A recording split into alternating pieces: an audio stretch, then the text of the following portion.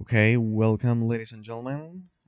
Today, Twitch is experiencing issues, so we won't be doing any intros, but I think the stream is working. Give me a sec. Yes, my stream is working for now. So, yes, I received the notification. Everyone received the notification that Twitch is currently experiencing issues, so I want to ensure this is working properly because it said that a lot of people were reporting that they couldn't go live at all. But I think in our case this is working. Probably they've already fixed it. So let me check. Yes, I have a notification here, but everything seems to be working. Okay. Okay, it's warning me that a lot of people are experiencing issues, but it's working. It's working. All right. So, if the stream stops working, I bet you can deduce that it's not my fault today, but because of Twitch. All right. Welcome, ladies and gentlemen. What a great afternoon to continue with the analysis for Hellgate London. Day number 4 of analysis. Last time we managed to finish to beat the final boss of the first act.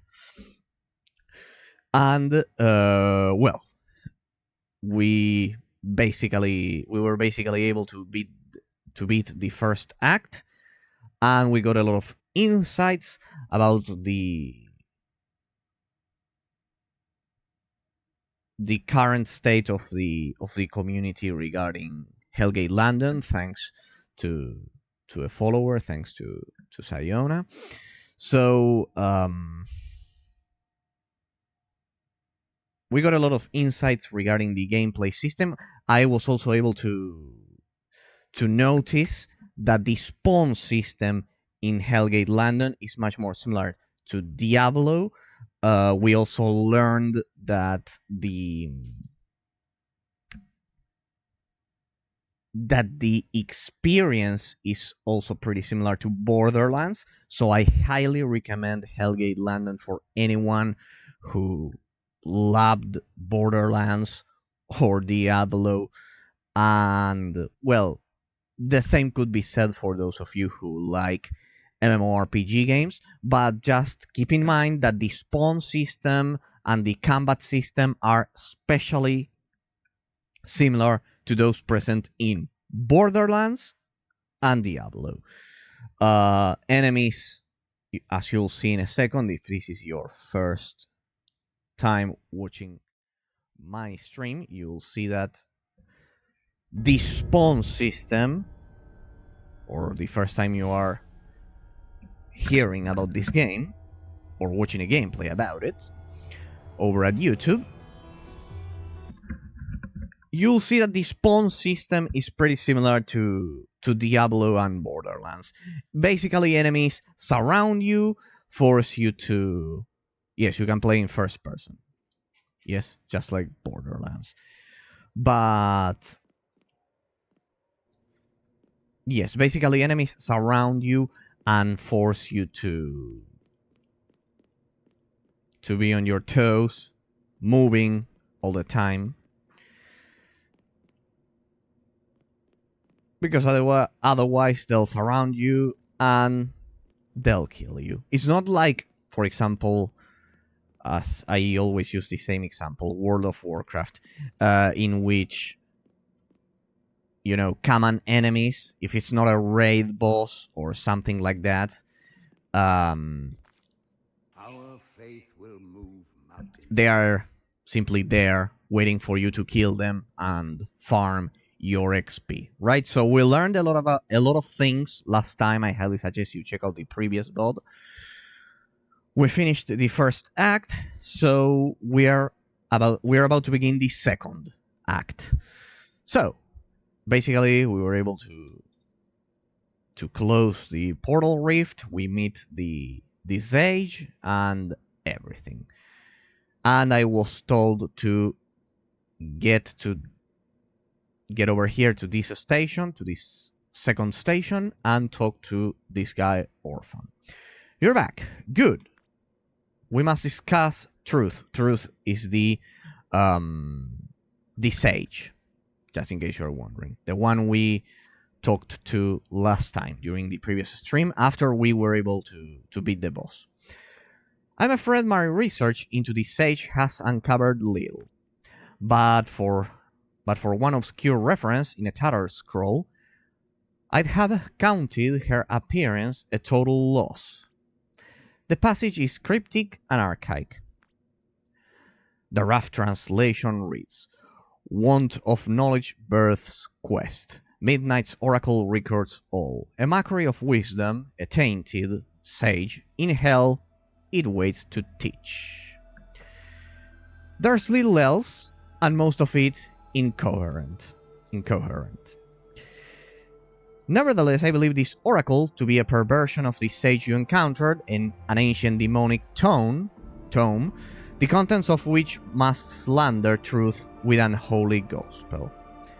But a clue is still a clue.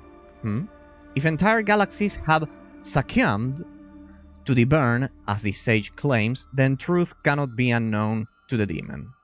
Surely the beast would have tried to consume it. Failing that, hell may have crafted its own record of truth. This oracle is what we must now find. In hell it waits to teach. On that I have sent all under my command. There are 2 rifts identified by the far side you procured. You have some role to play in this, Eraser, of course. You are bound to truth, and so must also seek it. Begin with the rifts in Piccadilly Circus. Oh, we're going to the circus, ladies and gentlemen. Do your best. For once in 20 years, I feel we're finally moving forward. But to what? Something great, I hope. Okay, perfect. So this is the main story. I can talk to this Templar guard. Do you have a mission for me? Yes, books and riddles. Are you sure you want to speak with Beg or one of the ones for an easier job? Not that I doubt it, but to pay and wise ever. Alright, we'll collect all of the side quests for the second act, and then we will complete them all together, right? Oracle or not, there are rifts about Eraser, rifts and red things called... Okay, awesome. Anything else? You? All the horror in the world is from Hellgate, the consumer will destroy it. So far, nothing the original. Okay, nothing. Any other side quest? Remember, we are going for a 100% completion on Elite mode, so I don't want to miss any side quests. We have enough potions. I'm still calling them potions, but they're not called potions. What were they called? Basic health injectors. Alright. I think we got all of the side quests. Okay. We're good to go. We're good to go, and we should... No. One more. There. Oh, I want a job? Right, good. Got plenty here. Well, 2 actually. First one is 3 big. Not too big, Okay. So there was one more mission. Okay, so let's see. Last time we were able to beat the boss, the final boss of the first act, and now we'll begin the second one. Alright, I've upgraded all of my gear, and first we should head to Piccadilly Approach. So let's go to the first dungeon, and then Piccadilly Circus. The other ones must be side quests, but I probably need to level up in order to access them.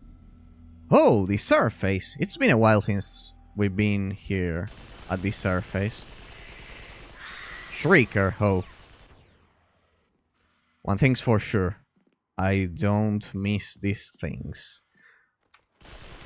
Just in case you're wondering, they can deafen the player, so if you listen to this sound and it's weird, Well, it's because of these things, not because of my audio. Like that. There you can see that we are deafened. And you cannot listen to their attacks. Like that. Careful, these things are dangerous. I am surprised at how good the spawn system is in this game when compared to most MMORPGs or all MMORPGs, all MMORPG games released back in 2007, 2004, the early 2000s. Because the artificial intelligence, think about something like World of Warcraft. Enemies are simply there, waiting for you to kill them without much effort at all. Yeah, that's the problem with these things. It's difficult to point at them when they get close.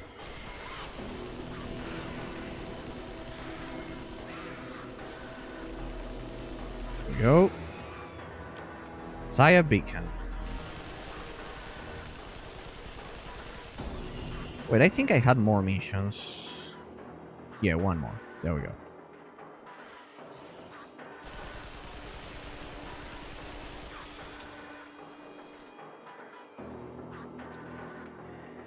Travel to Piccadilly Circus. Explore Piccadilly Circus. 0 out of 10 tickers taken from troopers in Piccadilly Circus. Piccadilly Approach. 0 out of 3 Sire Beacons. 1, 2, 3. That was easy. Let's see. Blood Angel. That's a new type of enemy. What's that? I see something huge up ahead. Fury. Spectral. Hey, I'm in range.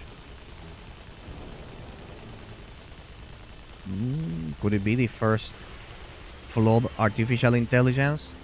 That enemy? It's not attacking me? Yeah. What was this enemy? Fury. So there's one type of enemy which acts like in most MMORPG games. It just stood there waiting for me to kill it. I remember these shriekers. I think during the second stream. Yeah, the second stream they gave me a lot of trouble. The thing is that I cannot use my stance to increase my damage output. Hey, but it's good. All right, I'll do this because I want to test the artificial intelligence for a sec here. I'll retreat a bit. And I want to check. No. Stop, you're interrupting my experiment. Wait. I want to see if that enemy reacts. Because if it doesn't react, that's a flaw in artificial intelligence. Yeah, it reacts, but... Yeah, it's reacting. Okay. It's just way too slow. It's just that the enemy is... It's just that it sucks. It doesn't have powerful abilities. But it reacted. Is it attacking me? No, it's not attacking me. Why? You can see how aggressive the Shriekers and the Blood Angels are. I don't know why those Furies are so passive. No, they are not passive. Look, it's coming right at us. Alright. It's just that they are extremely slow. No, but the artificial intelligence is reacting properly. Okay.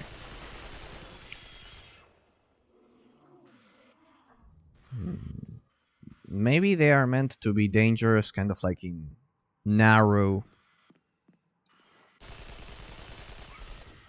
passages or rooms, small rooms. Okay. Oh, yeah, they are reacting. Yeah. Definitely. The artificial intelligence was properly programmed here. They are reacting. It's just that they are extremely slow. Yes. Okay, so they are ranged attackers, nothing to worry about.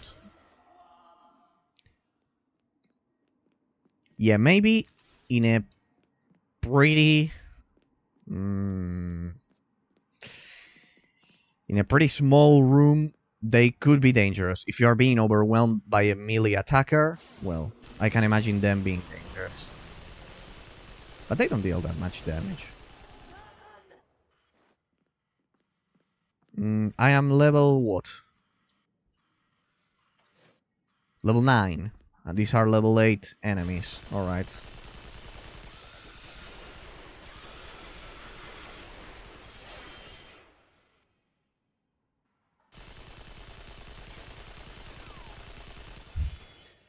That stupid signpost. It blocked my shots. Well, regarding the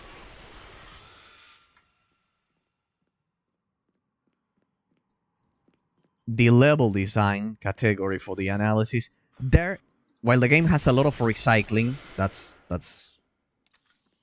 100% true. It has a lot of recycling. It recycles a lot of environments. Because I remember I played, let's say, a dungeon like this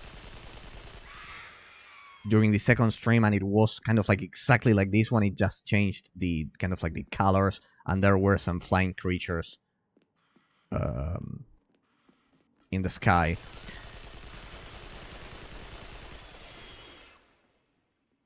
But it was basically the same. So yes, the game has a lot of recycling regarding the environment. So it has a pretty not simplistic level design, because it has a lot of elements, but repetitive, to be precise. One could say the same about Diablo, for example, or Borderlands. I'm just using those games as examples because the gameplay system and the gameplay mechanics are pretty similar to the ones present in this game. But, for example, think about a loot goal lane in Diablo. The desert, you go from a forest to a desert to a jungle in the third act. I'm just using my memory, but I remember that game pretty vividly. Who doesn't remember Diablo, ladies and gentlemen? It's a classic. So, yes, if I had to highlight one flaw regarding the level design, is the insane amount of recycled environments. But it's a minor flaw, considering... Sorry. Now I continue. I'll continue in a second. I'm getting killed. What's that thing doing? Is it dealing damage or is it healing them? I think it's healing them. Orville. I know it's dealing damage. What the? What the? I cannot activate my... I don't have enough. What on earth? Ah, but I can block their line of sight. What the? Soul Reaper.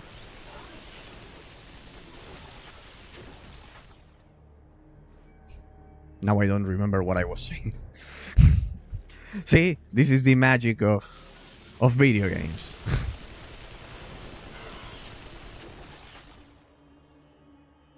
I think there's another one over there. These are pretty aggressive. 1 out of 10. Good. An identified battery.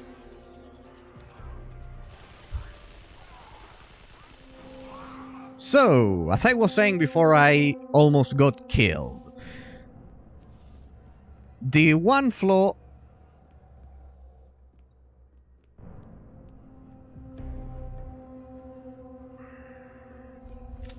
Am I meant to go through this rift or continue exploring the circus?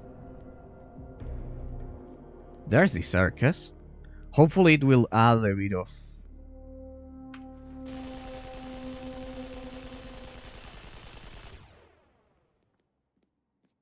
variety to the environments. Because as I was telling you, sorry, before I almost got killed, if there's one flaw, which is pretty minor because if you're playing this game, it's probably for the gameplay, is that there's a lot of environment recycling. It recycles a lot of the dungeons. And as I was saying, for example, something like Diablo, something like World of Warcraft, well, those maps are constantly changing the kind of like the theme, let's say, for the environment. Desert, forest, snow, jungle, city. But in the case of this game, it's always either kind of like sewers or I don't know, the surface, but even the surface looks pretty similar. Oh well, let's say that's let's say that one could argue, well, but the game is called Hellgate London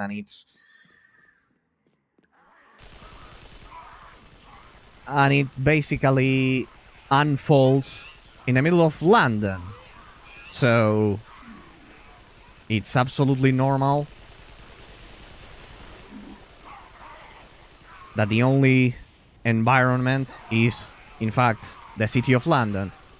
But well, I don't know, they could have gone for something like a forest, something like that. A bit of variety regarding the environment, you know what I mean. But as I've said, it's basically a minor flaw. I don't think anyone who's looking for a recommendation about RPG games will take into account that it doesn't have a lot of environment variety. However, and I wanted to highlight this difference. Oh, those are like the Zerglings. They explode on contact. I wanted to highlight this because I've been thinking about it as I've been playing the game for 4 days. While the environment variety is not perfect, the level design in the game is pretty good. Why? Because as I said during my analysis for Ravencast Rise of the Mage, the level design, the way they shaped the map physically affects the gameplay mechanics. If you watched my analysis about Ravencast Rise of the Mage, you know by now that I think that when the level design influences the gameplay mechanics of a game, well, that's telling us that the game is pretty well designed. And I'm going to explain that in a moment, as I hopefully don't get killed by the monsters.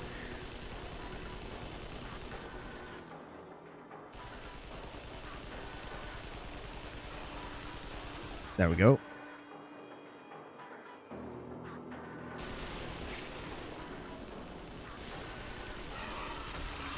So, as I said in my analysis for Ravencast Rise of the Mage, when the level design influences the gameplay mechanics, the game is pretty well designed. What am I trying to say with this? If you've been paying attention, In this game, the difficulty, the main premise,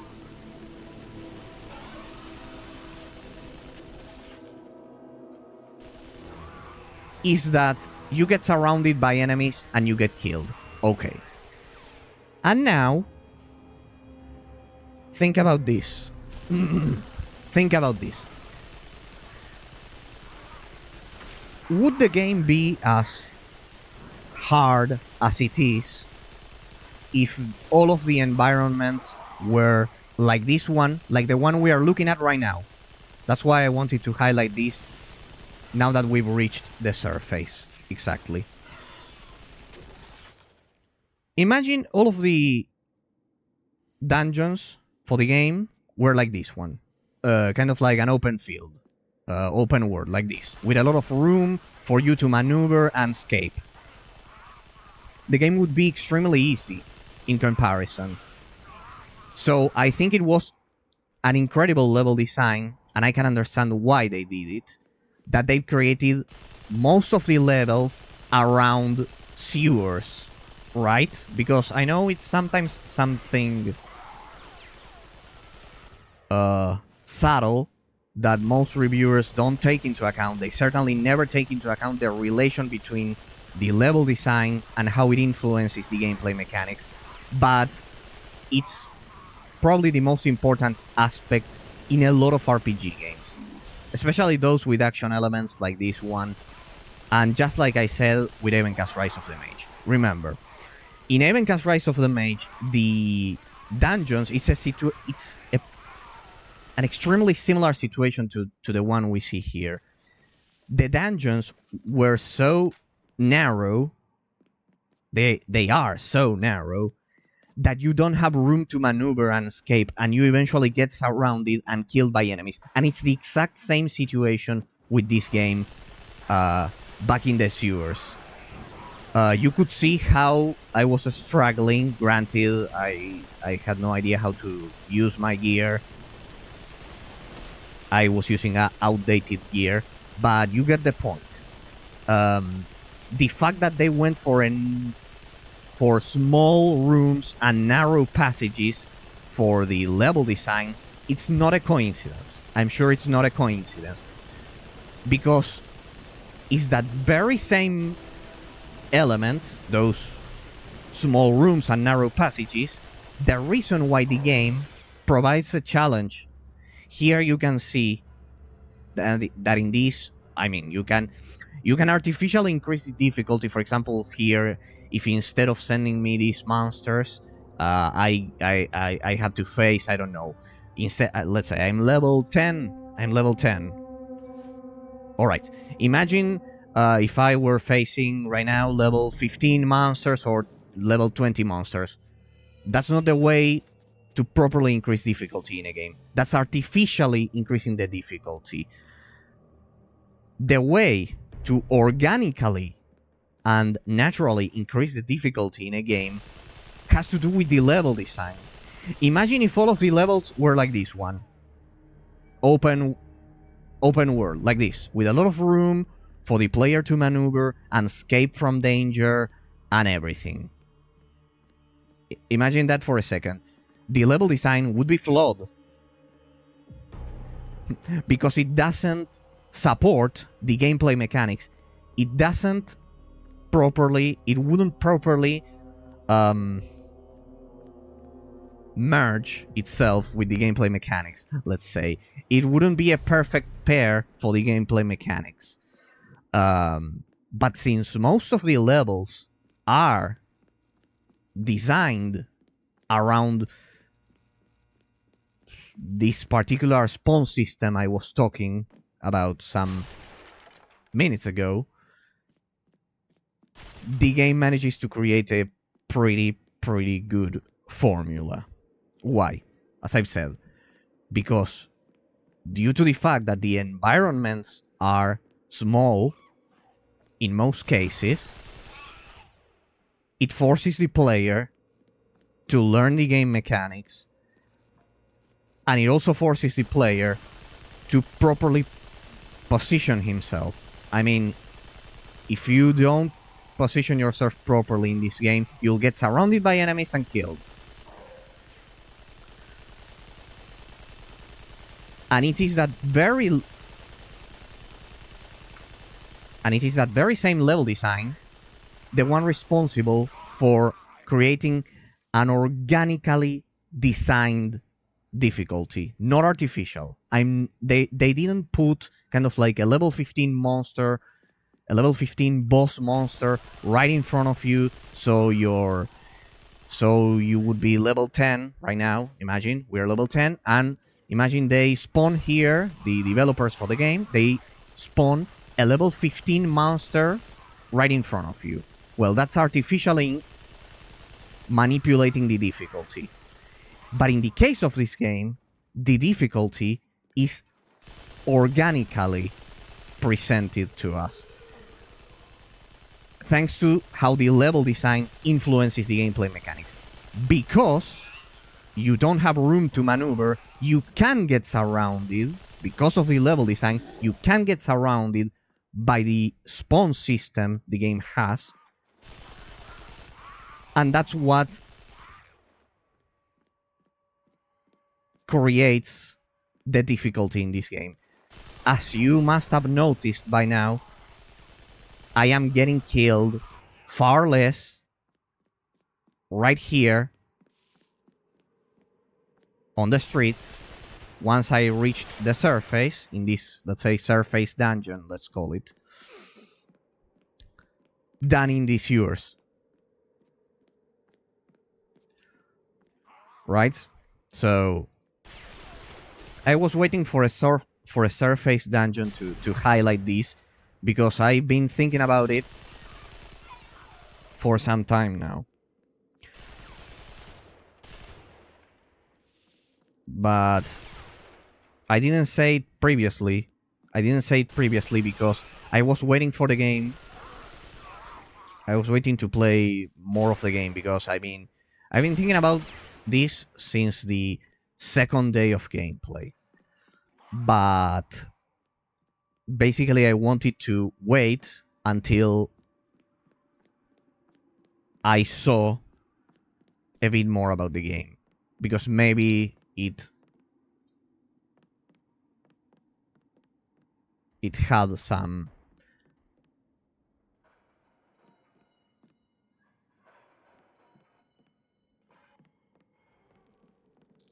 it had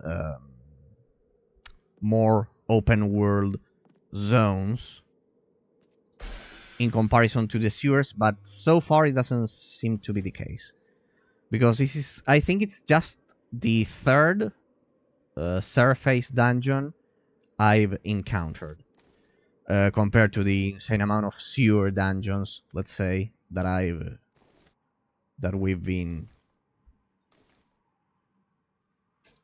doing.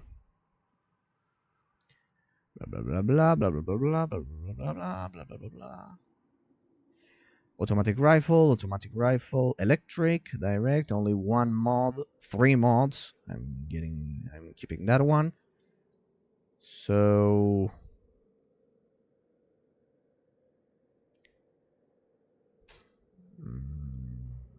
well, whatever. Let's disassemble. Yeah, let's disassemble this. No, I cannot. Let's disassemble this then. I don't know why I keep calling it disassemble when the game calls it dismantle. Crusher ammo. Good, we've got some chest there. It would have been cool if there were some surprise zombies in here. In these houses, which usually have just the chests. But well, I'm sure you all get the point that I've been explaining. The gameplay mechanics are, I mean, the level design properly influences the gameplay mechanics. In the case of this game, so far, of course, it's all preliminary. Once we get to the final analysis, I'll tell you my final thoughts. But so far, considering what we've seen up until now, I would say it's the same case as Havencast Rise of the Mage.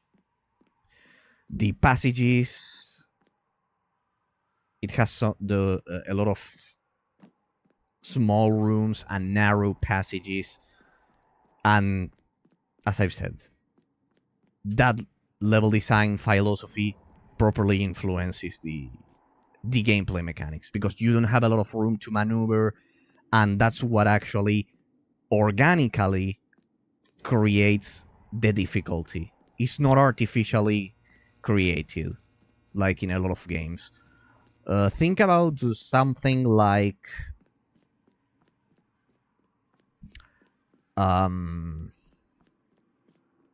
there is one case, the first Torchlight. I don't know if you played that one, but the first Torchlight, not the second one, the first Torchlight, well, that game, it has this pretty huge flaw I've been talking about. The game is great, but it has one critical flaw. It artificially increases the difficulty. Why? Because it simply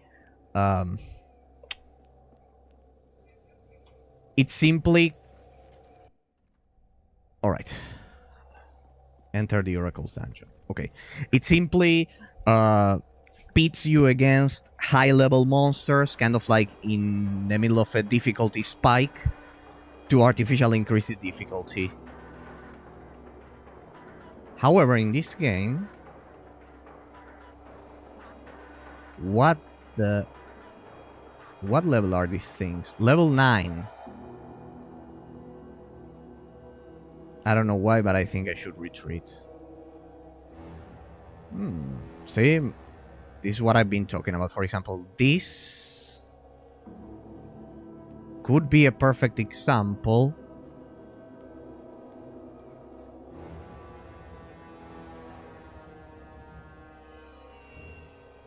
I wonder how many of them will attack me if I should. Maybe I can kill them one by one? No?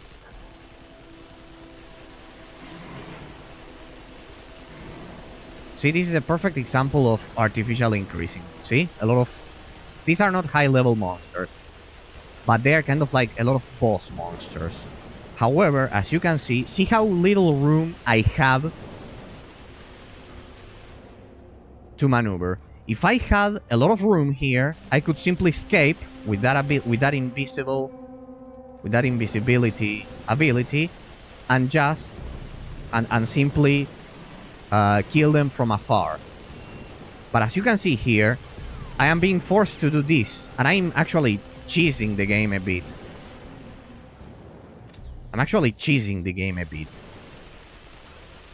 But the difficulty here is being caused.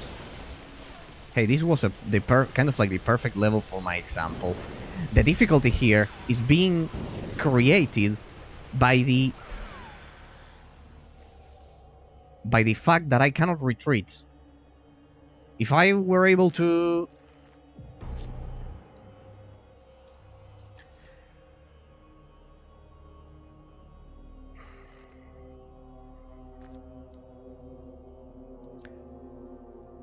What are my...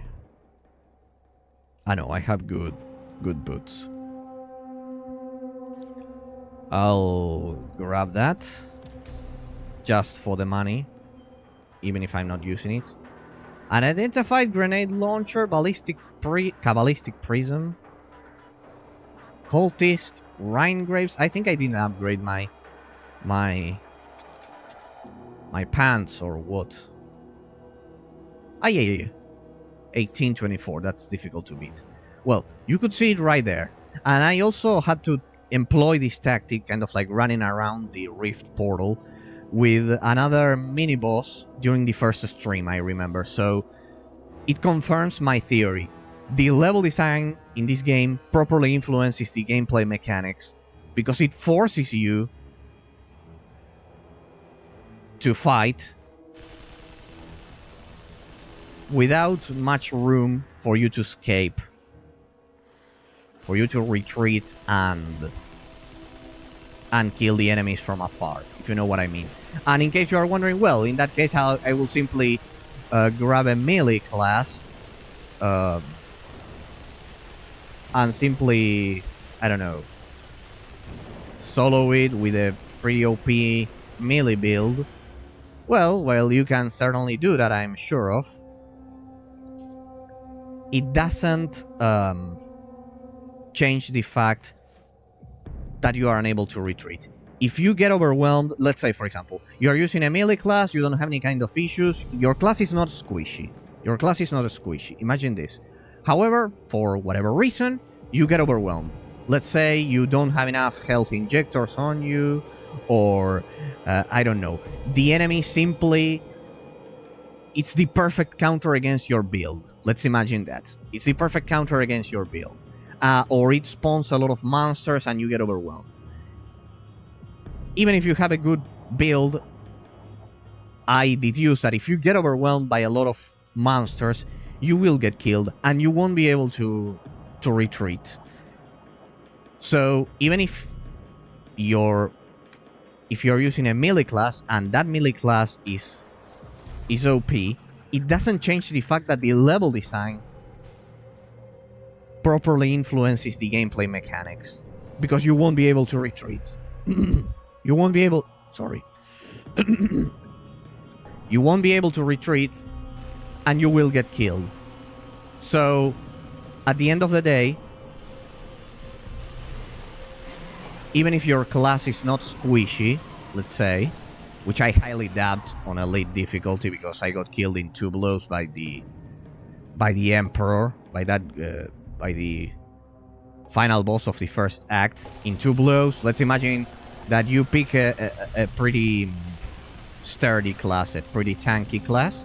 Well, what would it have been? 3 blows instead of 2, 4 blows. Well, I don't know, but you get the point. If you get surrounded, you at least can get killed.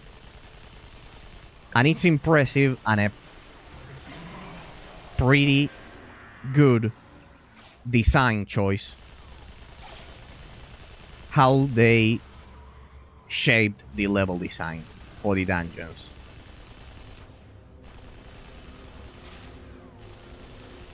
So good.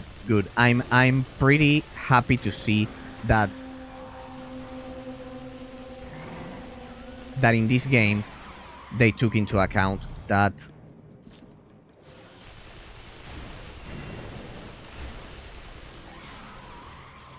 they took into account the importance of the relationship between the level design and the gameplay mechanics. I know that all of the things that I'm saying may sound obvious by modern standards, but consider this. Nowadays, all of the things I'm mentioning do seem obvious because back in the day there were developers like the ones behind Hellgate London or even Rise of the Mage, who took into account those level design decisions, right? So it's a subtlety, but it's also pretty important. Pretty important. The level design should always influence the gameplay mechanics in such a way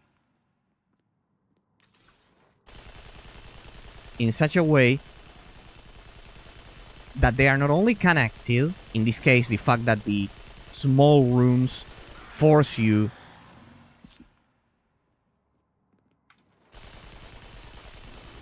to avoid being surrounded, and as a consequence learning how to properly position yourself in the middle of a fight.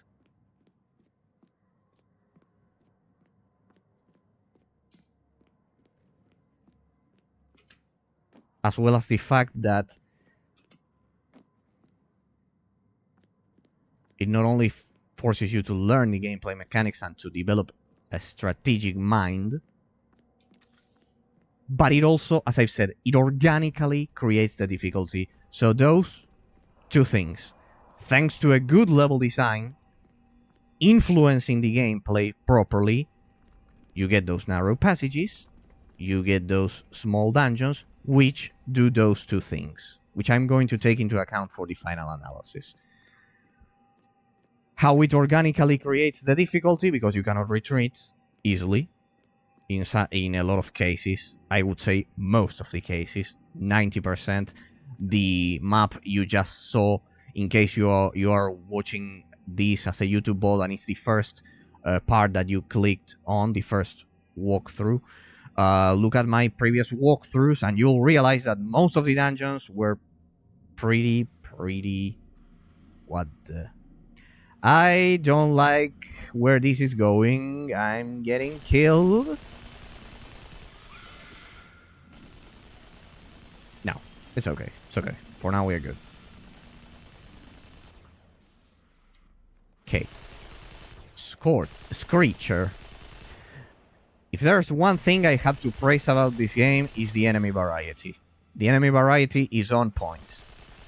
It's not 10 out of 10, because I've seen games which have kind of like a different enemy around each corner, but it's close to perfect. It's close to perfect. It's close to perfect considering it's from 2007.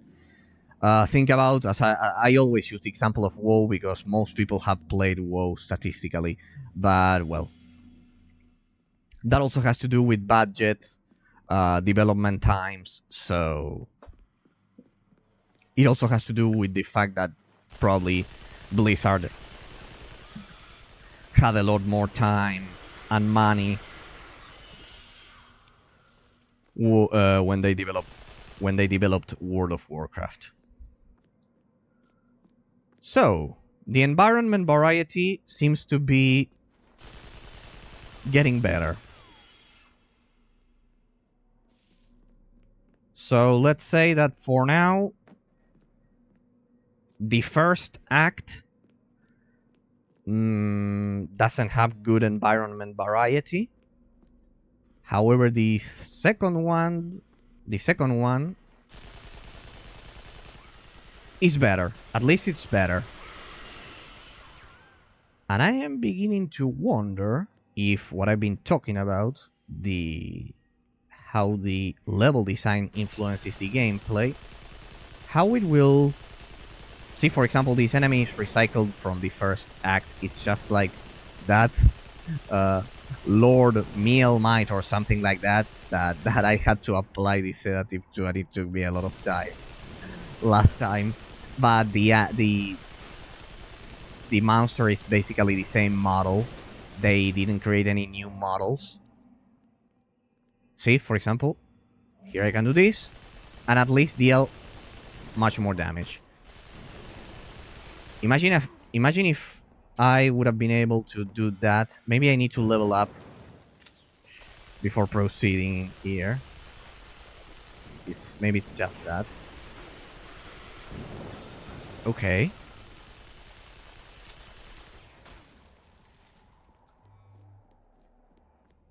See, this is what I mean.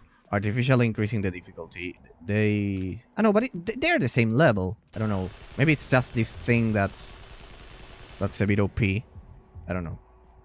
Here. I think I can... No. It gets close to me. Good. I cannot run while I'm invisible, just in case you're wondering. I wonder if I can simply stay out of his range. No, it was properly designed. See that it gets... See that it can catch up to me. Good. See, all of those things are important. Think about something as stupid as simply making this enemy a bit more slow. If this enemy was just a bit more slow, I could simply cheese this enemy by killing it from a distance. But they properly adjusted the speed of this enemy so it could reach me even if the environment, as you can see, I have more room in here than in these sewers. I have room, but the enemy is faster. Good, good. I can notice that they definitely took into account the level design and the gameplay. And trust me, that's not easy. That's not easy to do. Think how many models of this enemy they developed for the game. But exclusively that one in this specific level is faster than any other. It's not a coincidence, ladies and gentlemen. It's not a coincidence. That enemy was faster on purpose. That enemy was faster on purpose. I'm sure of it. There's no way that was a random spawn. They programmed enemies in this zone to spawn, and at least this one to be faster. See how those subtle gameplay details are important. That's what most reviewers don't take into account. For example, on top of a lot of other things, but I won't get into my rant. But you get the point. You could see how those subtleties, at the end of the day, influence the overall final quality for the game, or of the game. Sorry. What's that huge thing over there? I think I need to update my gear by now. Ah, they explode. Oh, they stun.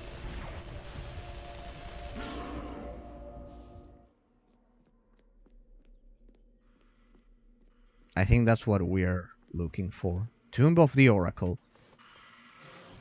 Take items. Good. Travel to Charing Cross Station. Alright, we have to return. Travel to Charing Cross... wait, let me... I forgot about the minimap. I don't know why it doesn't get saved by default that when you activate the minimap. Alright. Good. Yeah, definitely. The environment variety for this second act, it's better than the first one. Yeah. Travel to... Yeah, but the mission is not complete. Otherwise it would turn kind of like from yellow to orange, and it would and it would be grayed out.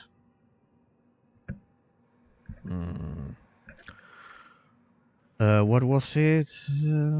L. There we go.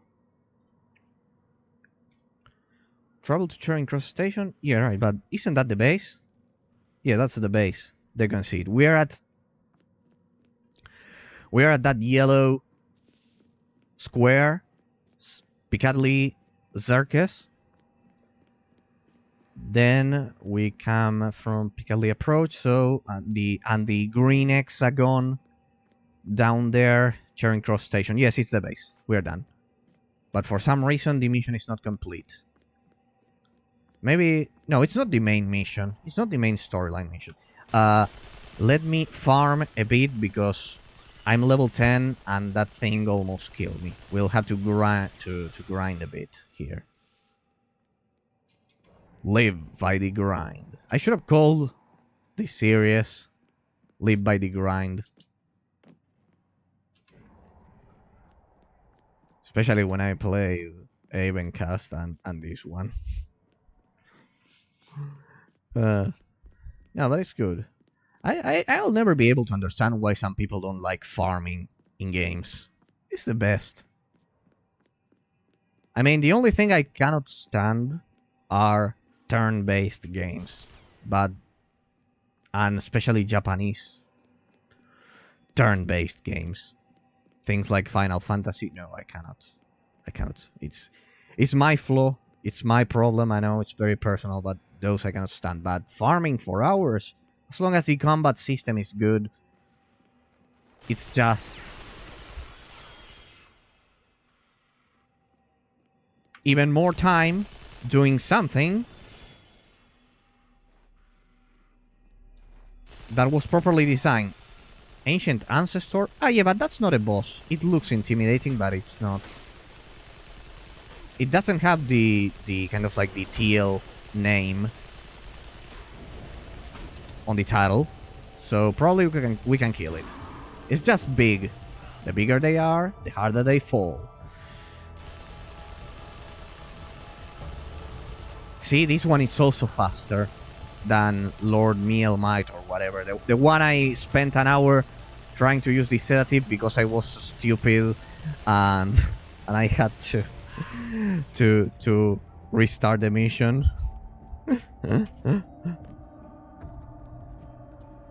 Okay. They use the same model for those ones, though they changed kind of like some. They recycled the model because it's not the same. Because this one has those kind of like red colored spikes, which I think the other one didn't have. Oh. Rare Blade Servant Plague. Someday I have to, well, not someday, soon enough, I'll have to Google what Plague, Cursed, and all of those subtitles over at enemy names are. I assume it's probably similar to Diablo. Good. Ah, it's stealing me. Kind of like poison damage. Kind of like in Pokemon. Or how it was in Pokemon. Remember when in Pokemon you would get that kind of like that pixelated effect, that pixelation effect, when your Pokemon was poisoned. That this just reminded me of that because I think it was also poison or something like that. Let's see. I will do this. I'll do this trick, ladies and gentlemen.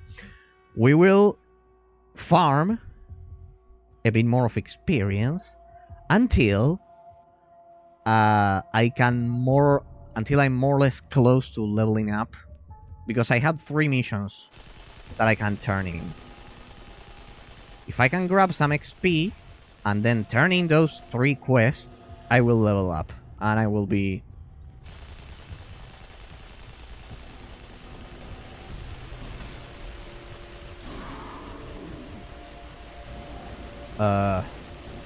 well prepared for the challenges ahead, let's say. I want to see something. Yeah, if there's one thing I've been unable to surpass is the 60 FPS limit. That's for sure.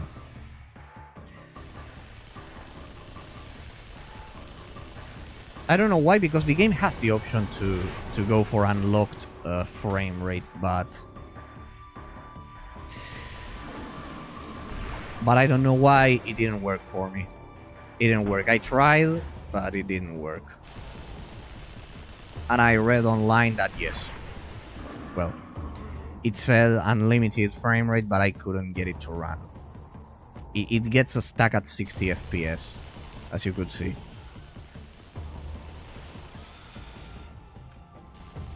Fury, those are easy. Or those were easy up until now, let's see.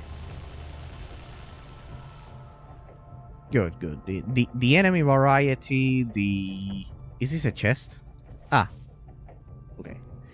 The enemy variety, the environment variety, all of them improved since I began the second act an hour ago. Yeah, they are definitely much better.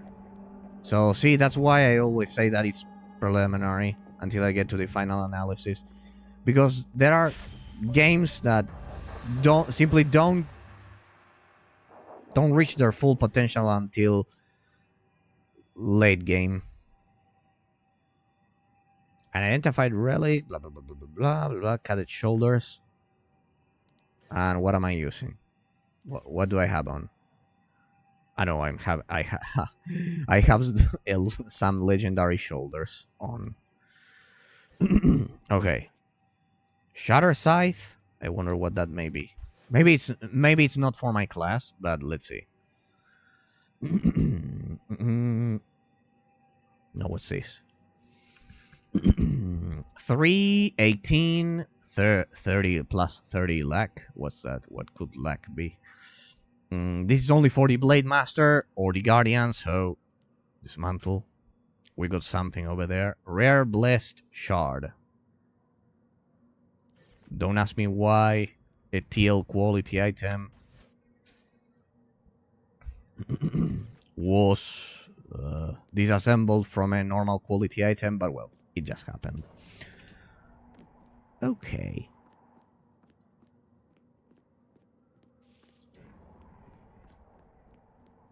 Let's see.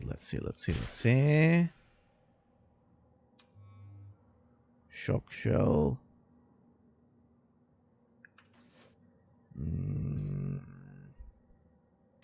Head of the Oracle. Beetlebore. Evoker Summoner. Common rarity. Let's dismantle that. Give me that. Okay.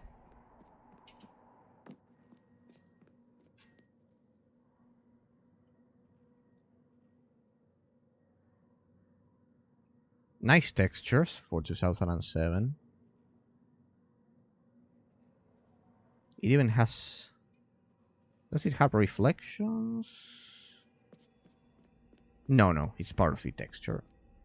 At least in that case. I think I've cleared everything, right? Or what? No, there.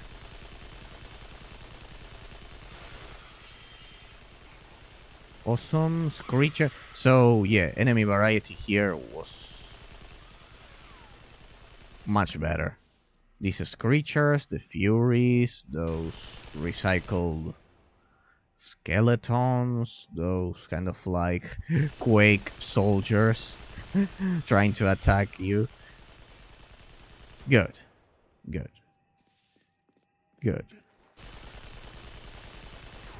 But yeah, mostly the main idea I wanted to highlight today was that that I've noticed that the level design properly influences the gameplay mechanics. As I've said, as a reference, I've explained this a lot in the while I played Evencast Rise of the Mage, but you can check out my theory pretty much in any game. Blade Servant, there we go. I was calling them the Quake soldiers. They are extremely similar to the design of the enemies in Quake. Don't tell me I've already won. That was a boss. Could it be that it becomes invisible or it respawns? I don't know. What's up with this enemy? Thanks for the money. Unidentified Tempest rifle. That thing looks good. So if you don't mind, I'm going to loot that rifle. Guardian Blade Master. Wait, they can use this thing? Shock shell. I thought the Guardian and the Blade Master were melee classes. Maybe as an offhand they can use it, I imagine. Okay. So even the melee classes can use some ranged weapons. Interesting. Just like Greymane in... This reminds me of my good old days in Heroes of the Storm. Back in 2015. I think it was 2015. No, a bit more maybe. 2016, something like that. There you are.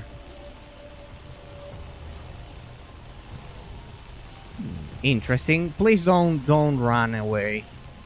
Let's have an honorable fight. What? Aha, it teleports and it recharges its shields. Okay. See, I won't move. Let's have an honorable fight. Oh. Yeah, these kind of like effect on the ground that deals damage to. Yeah, this is so... That's so similar to Diablo, if you ask me.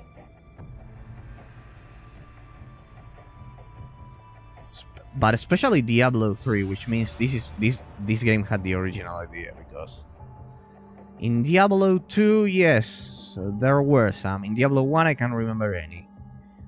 In Diablo 2, by the way, be sure to download the Beelzebub mod for the if you are playing Diablo 1. It totally revives the game. No, I don't remember this kind of like... Yeah, there were some kind of like fire explosions once you killed an enemy in Diablo 2, but it's mostly present in Diablo 3, so...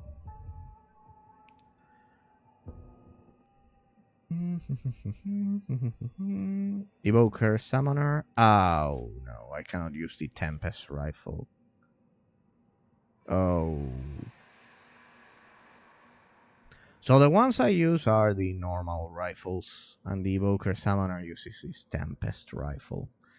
That's why it deals less damage, I guess. Well, I don't know. Disassemble this, then. What are you gonna do? I have no more room. Defender, blah blah blah. Can I equip that? Rifleman helmet. Looks like that was made for us. Adds 107 stun defense. Equip 1 accuracy, 3 stamina. Well, the one I have this one doesn't add any armor at all. But well, this one grants me accuracy and stamina, which I think are more important than luck. What does luck affect? I assume it's the... I don't know.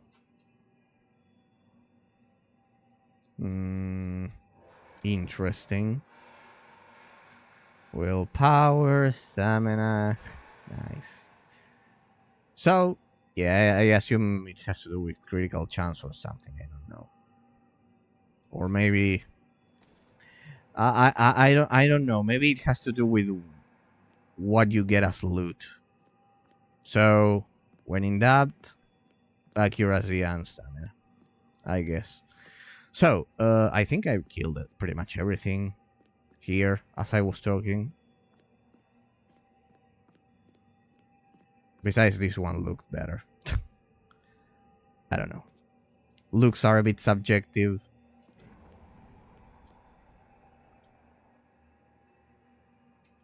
But well.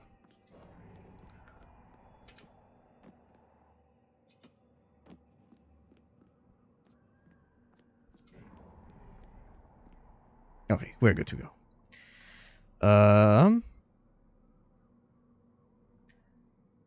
Let me do this.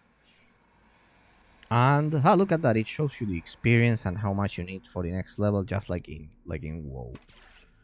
Let's go. Let's go back, turn in those quests, and hopefully level up. No, I don't think we'll level up, but we'll be pretty close. So, good. Return to Lord Orphan. Alright, Jill. Hello. Yes, you've done it. You are one of the few echoes of a possible past. Glory, I mean. A day when there were no trials, when we set the sun. You remind me of that. You inspire me. Choose for me? No, I only have this. 6 adrenaline pills. Okay. Awesome. Come on over. Thank you. That's one more reason they won't demote me to Lucius' newest and saddest underling. Alright, enjoy not being demoted. Alright, I have no more room. Wait, before I turn in this, I have to... Oh dear. I think that by now... I wonder if I can recover the mods from a weapon, so I'll keep that and I'll test. that. So in the meantime, let's sell this. I wonder if I get more money if I sell something which is already identified. I don't know, I'm not selling this, it's better than my rifle. Unidentified, Poseidons, NSRP. Okay. Shield penetration, 54%. Okay. I was going to do some stupid joke about that, but no, I could get banned. Okay, requires Guardian Blade Master.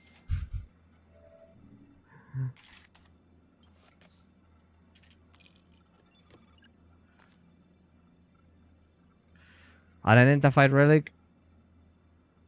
Okay. Okay, I've already learned my lesson here. Where is it? Ah, medium power pack. Power. Ah, so we'll have medium health injector. Interesting. Interesting. Hey, I'm beginning to wonder they were about to release this game on consoles. Yes, I think I said we read it during the first stream, but can you see this kind of like this menu wheel? This is so typical of console ports of PC games. I remember that game, that failed RTS game, or to be precise, real-time tactics game actually, from Sega, Stormrise,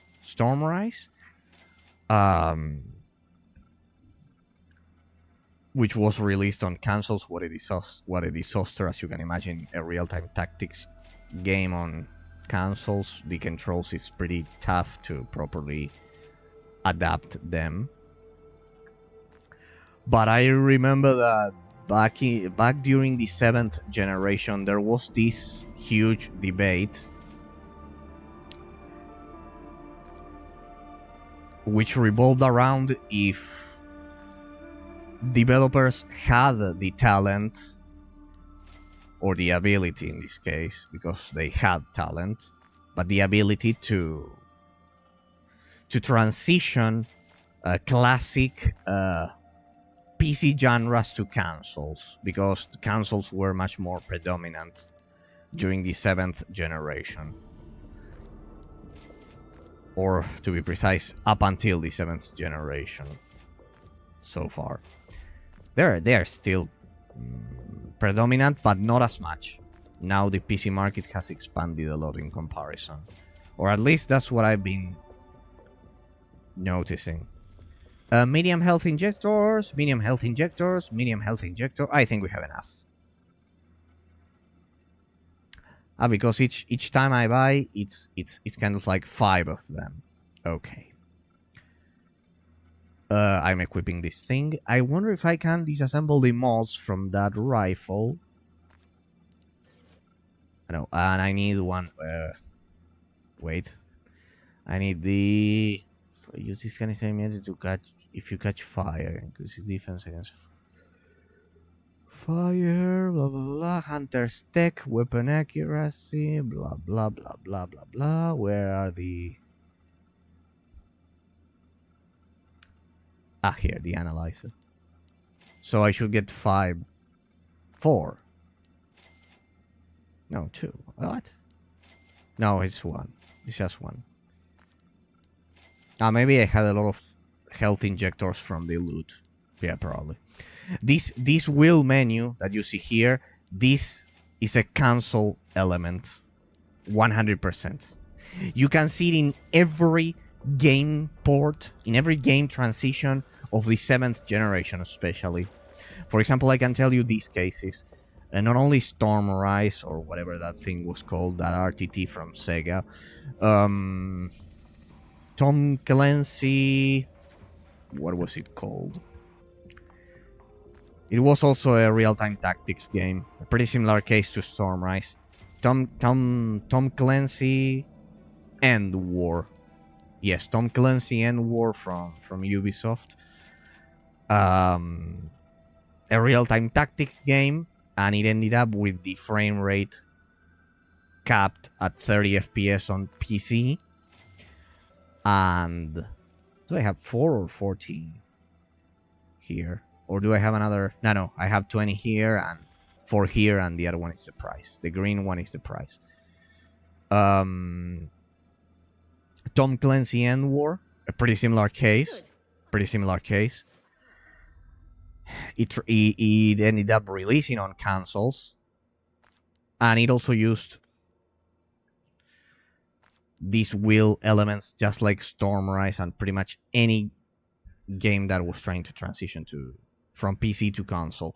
But there were 2 genres, not only let's say 3 genres. Real-time tactics with those. Also the one we analyzed last time, the previous game I analyzed, Warhammer Mark of Chaos Battle March. Well, yet another real-time tactics game, which was released on at least on the Xbox 360. Most of these released on the Xbox 360 because they thought their target was exclusively the kind of like the Western market in those cases. Come on over. Yeah, right. I need first we'll accept this one. Okay, good. Give me that. So long. Yeah, I didn't calculate properly. I'm not even close to leveling up. Nano Forge. Will I upgrade an item? Alright, so I can upgrade items at this thing. Deluxe demodificator. I think it's clear that it's this one. So if this is the first time I'm doing this. So cost to remove all mods 93. Good. Awesome. See, I'm learning, ladies and gentlemen. I'm learning. So, the real-time tactics genre, with those 3 examples, Warhammer Mark of Chaos Battle March, it had its own Xbox 360 version. Tom Clancy End War, the same. And Stormrise from Sega. All of them real-time tactics games with this wheel menu.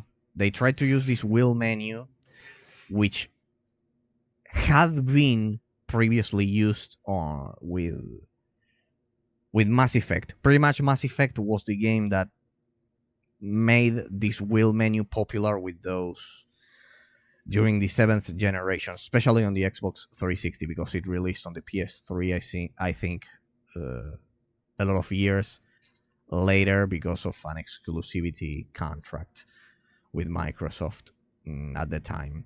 So, yes, basically. The real-time tactics genre. Then we have the MOBA genre. A lot of MOBAs tried to transition to the Xbox 360, especially. Not so much to the PS3 because they were going after the Western audience, the Western market, and they considered that those genres were much more popular, kind of like in the Western market. Though that's definitely not true.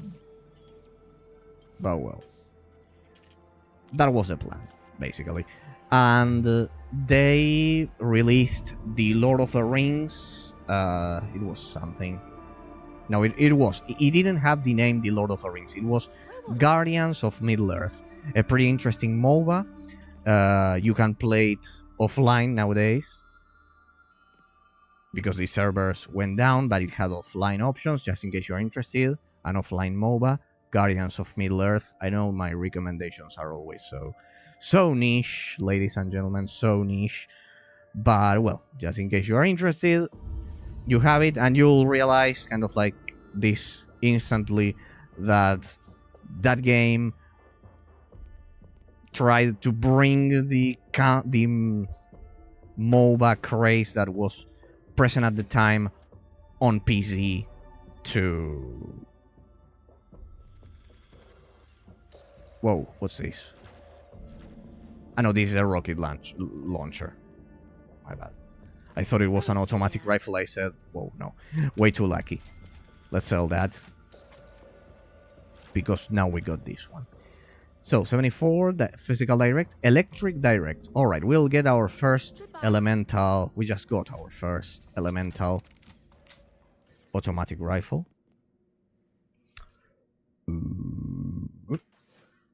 Yeah, now I need to pick a mod, which is another aspect for the gameplay that I haven't been paying a lot of attention to. So, it's a great opportunity to do so. Now that we know that we can remove mods at our leisure. Adds 7% toxic damage, 5% toxic damage, weapon energy consumption. This is the power. I don't know why it says energy consumption. I don't know how that stat affects that yet. How it affects the... Adds 5% electricity damage. Critical damage bonus 103. Well, this is an electric weapon, so I think it makes sense to upgrade its electric damage with 5%, with a 5% increase. And critical damage bonus plus 70%. I wonder what my critical chance is and what actually affects it. Critical chance, 1% critical damage, blah, blah, blah, blah. I wonder how I can increase the critical chance. Let's see.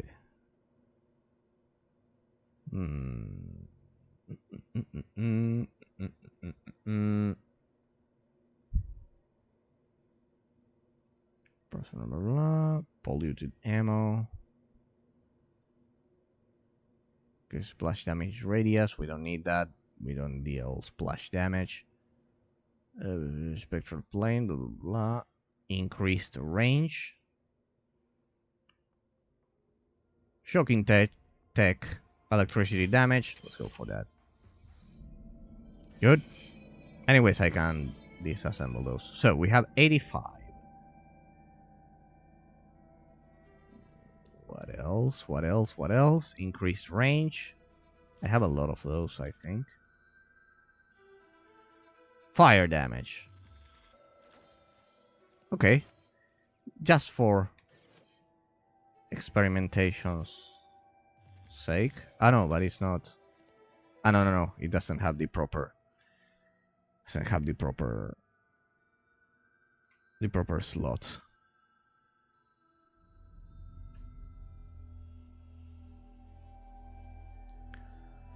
Rare Blessed Shard. Head of the Oracle. Critical damage bonus. Polluted ammo.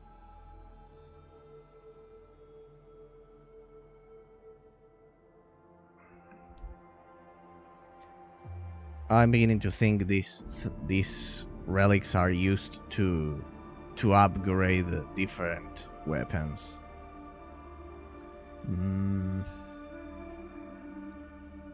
Align tech, increase range, blah, blah, blah. Well, let's increase our range.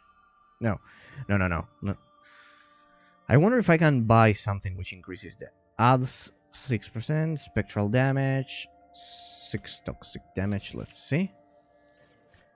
Let me 90. Alright, so it simply stacks up. Okay. Okay, we're good to go. This is a 90 against 74. Oh damn, I should disassemble the mods on that one. Let me disassemble the mods. 7% fire damage. Okay. We can push it a bit more. We can push it a bit more. But no. Because that one's 7%. So we have here instead of 5 I will go for 7% fire damage. Well, it could make a difference. I'm not risking it. Let's remove the mods. So we put this here. So we'll use this here. Toxic damage. And we will use the one we just got.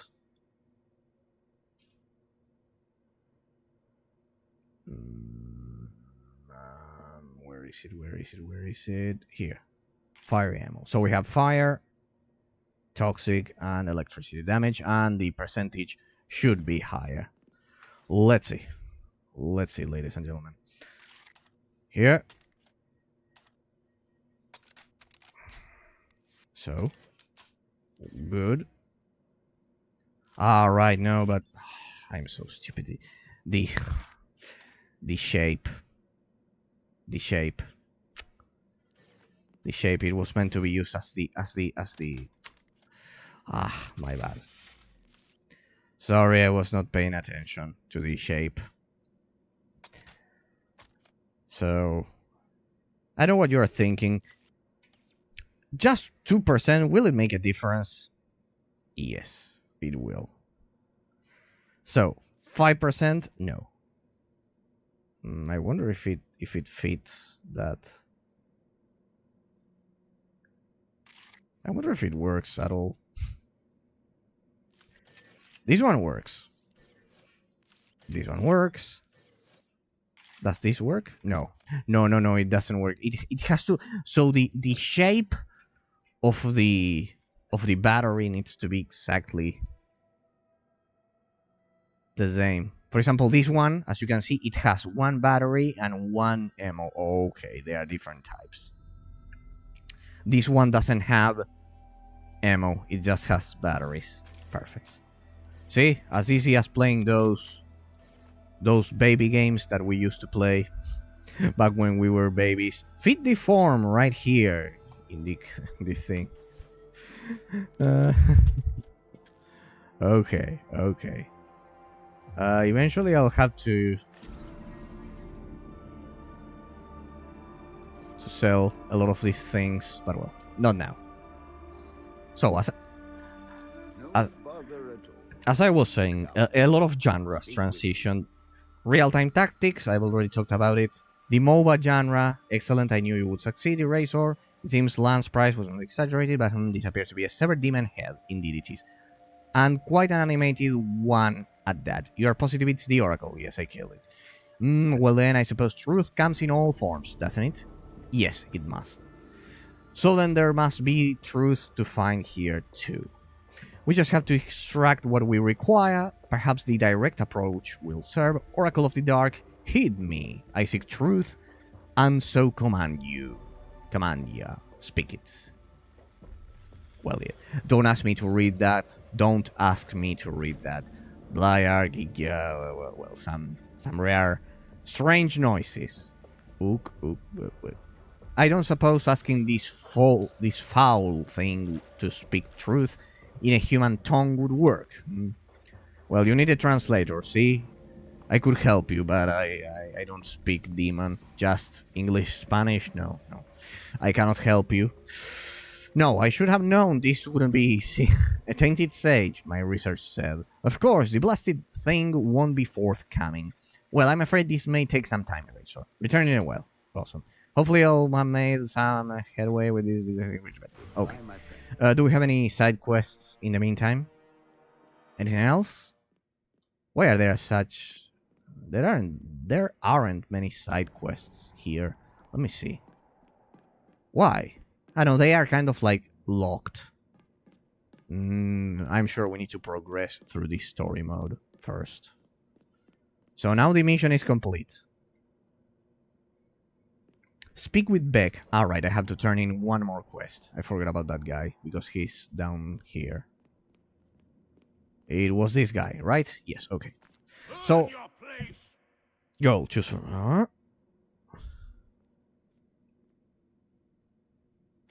Well, whatever. Give me this, but I'm going to sell it right away. Awesome.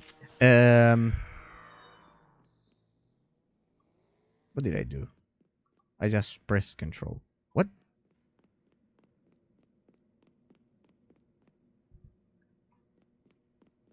Why is it that I'm running like I'm on asteroids? What's this? It may have to do with... Could it be? No, what happened there? This is the normal run. What happened there? That was weird. I don't know. Maybe it was some adrenaline pill, something like that. By the way, I need to learn how to use those. Where are they?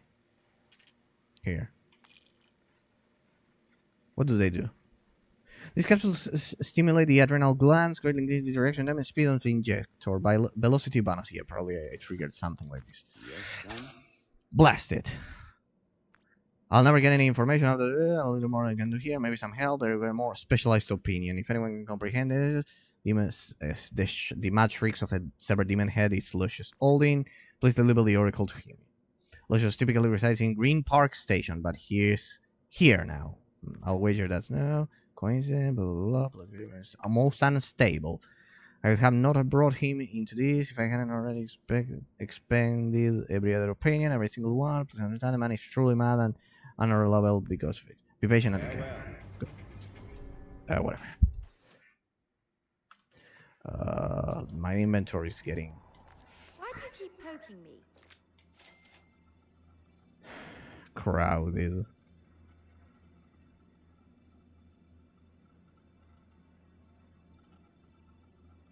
I don't think I can use these things.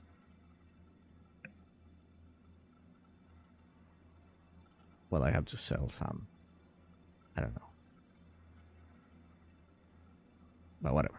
Then we can do something about those things. So I only have one mission, and it's the main mission. Is that yeah? It was an adrenaline pill. I consumed an adrenaline pill by accidentally pressing control. Oh, right, there's our man. But first, do you have a mission for me? A side quest? Yeah. Today, right? So, Arms and answers. No, it's the mission. I've got plenty of rope. Time for chatting you. I'm here. Like the gossip very well, very well. No one speaks to me. I'm afraid. Let's continue. See over here, Lucius. He's a mad bastard. He's my boss too. Whoa. So it's not like here. Come back any All right, we have to speak to the madman. Apparently, right here since I've nowhere better. it's this guy. God will deliver us from evil. Give me that severed head, eraser. It's mine. I beat it off with my own teeth. Oh, interesting details. Text me 314. Quickly, where's my face-hitting hammer I used to hit you in the face with? It's sorely needed. Oh dear, I'm afraid I accidentally set it on fire and smashed it into 1,000 pieces before accidentally disposing of its remains, so... Bah. Look, Eraser, I don't know how you wrested the Oracle's head out of the impenetrable cardboard box I secured it in. Top-notch dialogue there. Points for top-notch dialogue.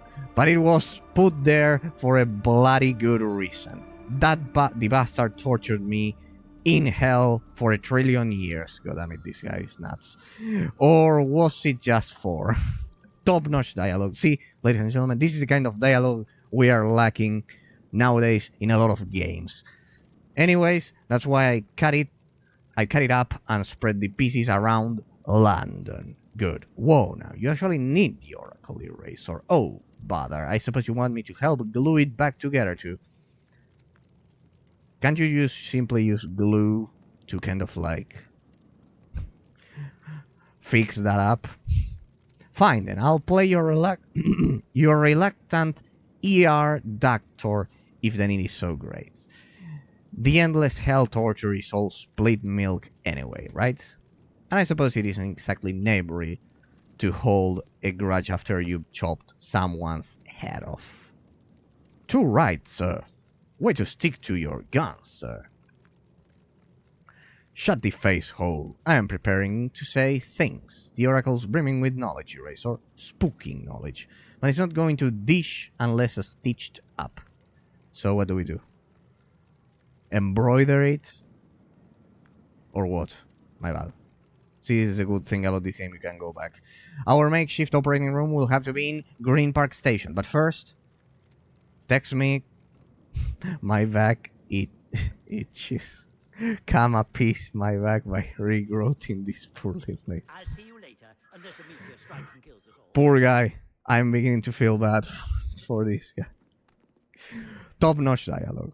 Top-notch dialogue. I know these things look stupid, but creating all of those dialogues, for example, I remember the sage during the previous gameplay also talked in a pretty specific manner, kind of like with rhythm. This game would have been awesome with voiceovers for these quests, but well. This one, I definitely can take care of.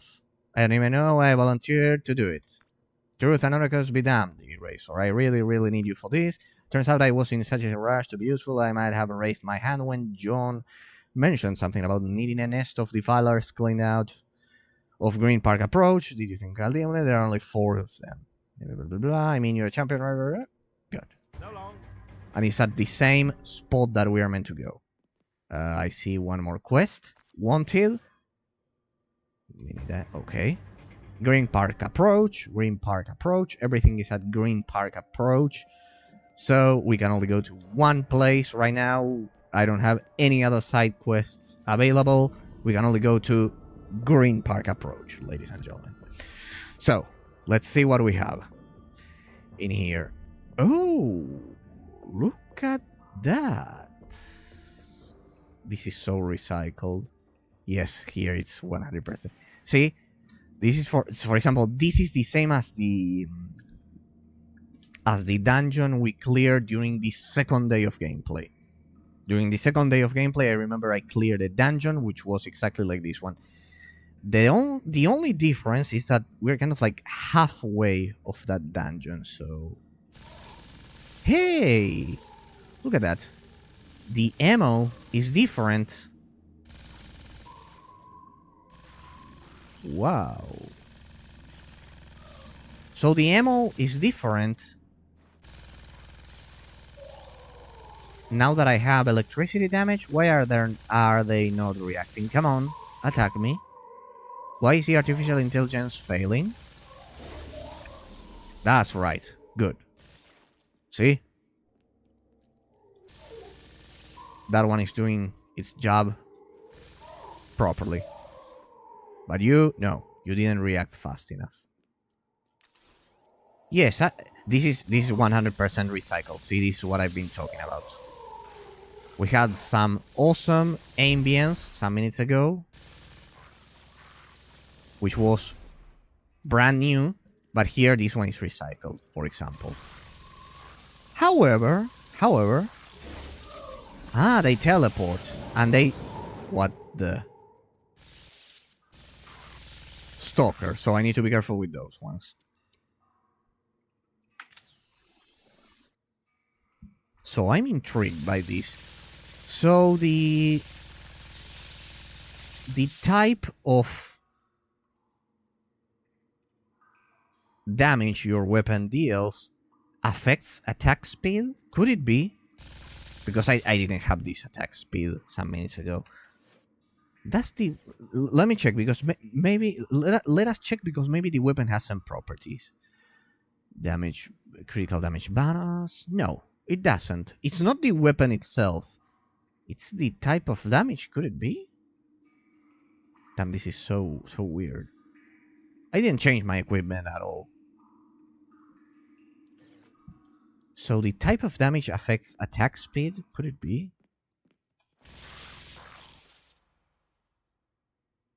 What the... I don't think it's my critical chance because it's 1%. It's the elemental damage. So if your elemental damage is lightning, Your attack speed is lightning fast. I know it was a stupid joke, but I had to say it. I had to say it. Lightning fast. Interesting. Then I will Google these facts, because while my perception may be good and I noticed the spawn system last time and a lot of other things, and I can clearly spot that the attack speed is somehow affected by damage type, I cannot confirm it. And I want to be sure.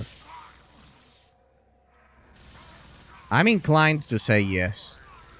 But well, I want to be sure before I give you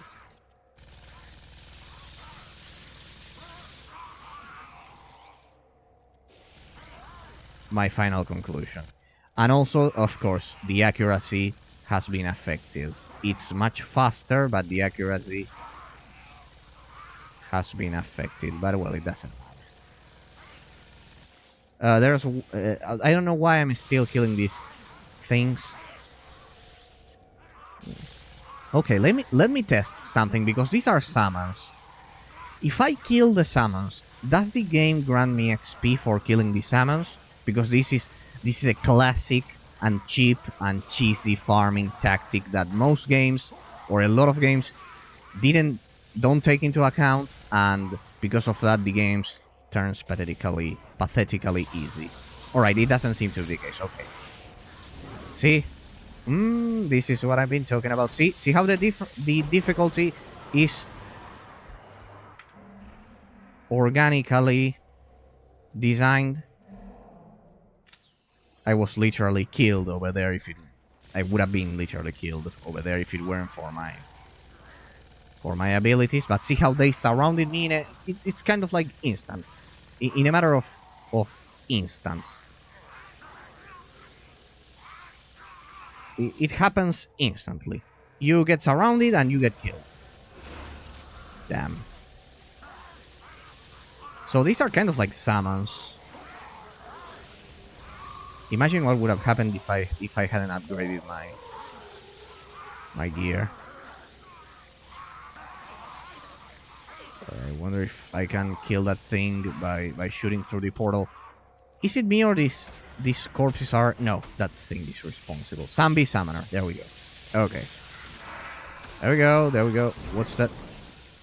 No, wait, but that's a legendary zombie. That's not a summon. No, well, not legendary. It's a teal zombie, let's say a rare zombie. We have imp snipers as well. See, here you had the perfect example. See how I almost got killed even with better gear. The level 40 monsters was the same, but see how this small room almost killed me. That it wasn't the level of the enemies, because I was facing level 9 and 10 enemies during the previous dungeon some minutes ago, 43 minutes ago, more or less. I was facing pretty much enemies which were even a bit more dangerous, because these ones are relatively slow, except for those. But the zombies were pretty slow. Oh damn. Yeah, I get the point. They kind of like wait until they recharge and and then they kill you in one blow. And you cannot avoid this attack. It cannot be dodged. Okay, I get the point. Good mechanic for the enemies. Good mechanic for the enemies. It's good that they've added, let's say in this case it's mechanic variety. Combat variety in combat mechanics for the enemies. That's pretty good. See how those slight and subtle details dramatically change the experience for the gameplay, and most reviewers usually they never highlight them. They focus on on other stupid things like the storyline and those things, and they don't pay attention to the level design, how it influences the gameplay, how the variety regarding this that I just commented, the variety of the gameplay mechanics that the enemies have, and those are alright. I need to kill those things. Just keep killing. As long as it's not applying a sedative, I'm good to go.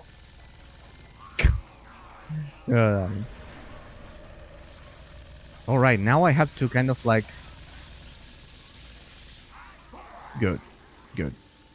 I have to pinpoint the summoner and kill it as I keep these zombies at bay. Interesting. So the combat mechanics variety is absolutely awesome. Damn. It's absolutely awesome in this second act. Oh. I cannot pinpoint that zombie. I think it's there. Ah, I got you. Come on. My range should be good. A bit more. Damn.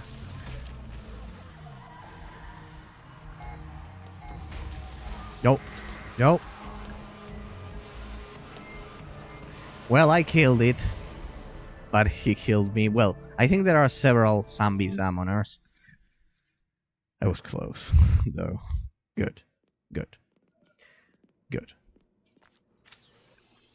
I enjoy our talks, but really, I prefer... But there, you just saw it, ladies and gentlemen. How I didn't get killed last time when I was doing the previous dungeon because of how much room I had, which enabled me to easily retreat.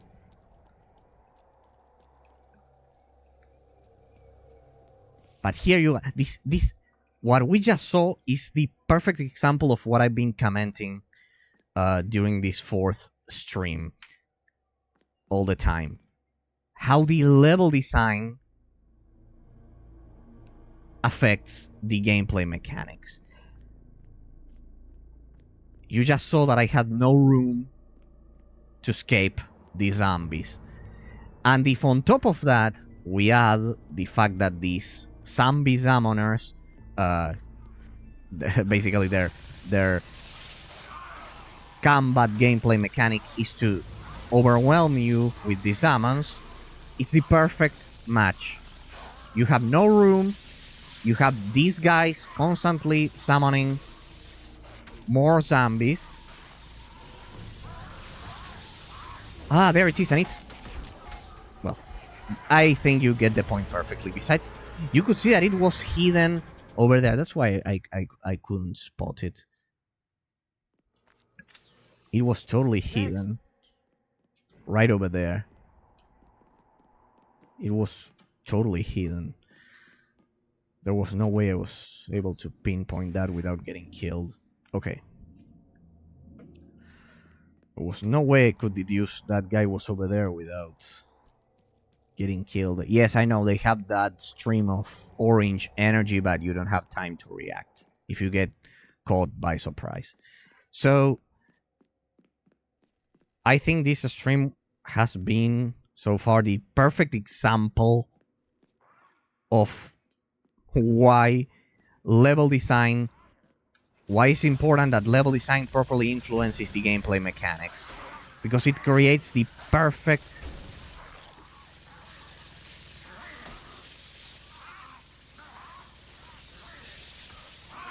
and organically designed difficulty. Here you can see, this is the perfect example. Sayona, how's it going? What a pleasure to see you here. Go into the Hell Rift. Don't be scared. I'm going to enter How you you were able to notice that I'm scared of getting into the hell rift? I'm going to get inside once I kill these guys.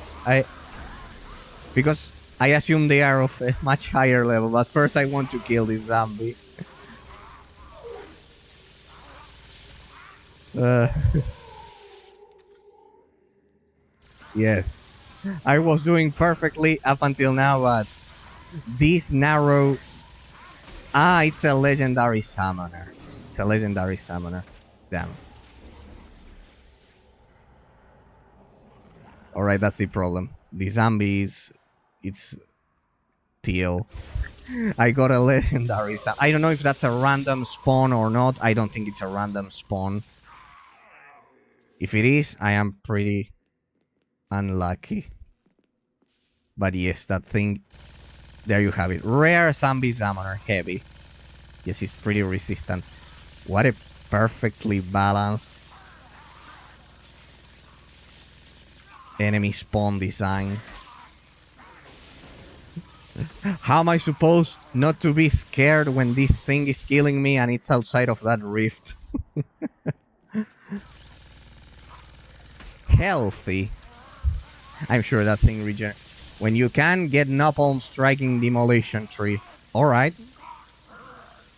Alright. Let's see where it may be. Well, now I can't because that thing is still summoning those. Come on! Well, I've already learned how to use elemental damage, at least. Oh, I forgot about those things. See, this is the perfect example of how level design influences the organic difficulty in a game. Whoa. Initially I thought those things, these tortured souls, were easy to kill, but no. Now I get how tricky they are. We are almost there. I love how the music kicks in exactly when you are getting killed. Only when you are getting killed. Come on. Let's see. Yeah, the skill tree is another thing that I need to work on. Because basically I'm just using my normal attacks so far. Zombie Slayer, 10 AP. Ooh, an achievement. If I couldn't... There we go. Yeah, the music kicks in exactly when you are about to get killed. When you are surrounded, regarding that, it's the perfect... They had the perfect idea. When you hear the music, you are about to get killed. Or at least you are about to get surrounded and then killed. So I would have added some ambience soundtrack, kind of like before getting killed. Alright, I think we have the situation under control. Alright, Sayona. I will hear your words and I will go through the rift and pray for my life, because I think I've completed the mission. Yes, I think I have 4, or do I need 1 more? No, I think I've already... Volunteers, yes. I've killed 4 of them. Let's go through the rift. Don't be scared. Let's see if I have reasons, logical reasons to be scared, or if it was just my mind. Ah, once again, here. Ah, no. Ah, imp snipers, yeah. Typical. Yeah, I've noticed that the spawns in these have exponentially grown so far. Yeah, I don't think it's worse. No, they are kind of like common enemies. They are not legendary or anything like that. We have 1. Good. Oh, and an ancient blood. Alright, I assume it's another ability. What's this? Sniper? Ancient blood? Or maybe it's an enemy. What? No, it must be a skill. A skill. I bet you are enjoying watching me suffer due to the fact that I'm a noob. with all of these things. You'll see. Oh, no, it's the gate down at the end of the room. Ah, yeah, like the one I went through an hour ago, kind of like the circus. Okay, I get it. Hmm. Sayona, if you have the time, you'll see. If you have the time, could you answer this one? The elemental, the attack speed, is it determined by the elemental damage? Because I noticed that when I equipped an electric automatic rifle that I just found, my attack speed went up, kind of like without any reason. Could it be that attack speed is determined by the type of damage? Could it be, or am I crazy? Damn, is it me or these snipers are much more accurate than... Yes, the shots are faster. Now, the rate of fire depends on the type of weapon. But I was using... maybe then it's only the animation. Okay, it's only the animation. That's perfect. See, I was saying something stupid some minutes ago.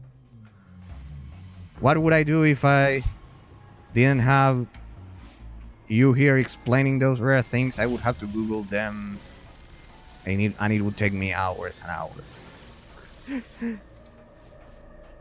So it's only the animation. Okay.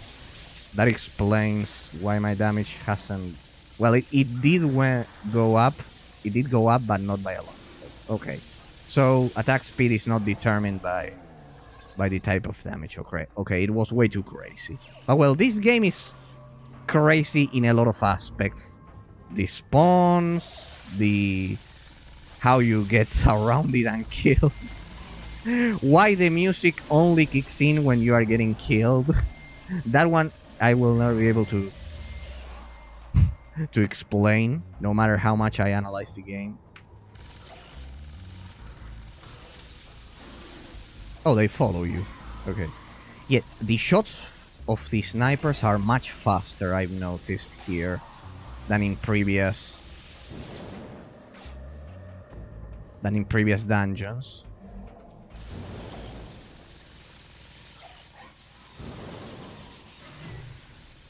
Yeah, that's the thing, I cannot root in place and increase my damage. Oh, what's this? Oh, so if I get... Those are very precise for an artificial intelligence of a role-playing game. I remember that in Halo 2 they are kind of like exact, the enemies. They always kill you. But in an RPG game like this, think about Skyrim and how bad the aim of the enemies in Skyrim is. Here it's extremely precise. It's not common to see that in an RPG. Yes, in a lot of FPS games, but not RPG games. Well, this is an FPS RPG in some ways.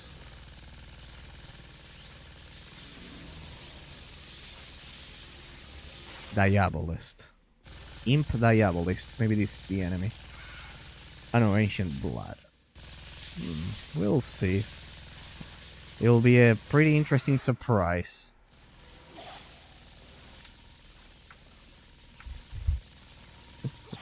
I wonder what's... Ancient Blood. Ah, I see, the portal.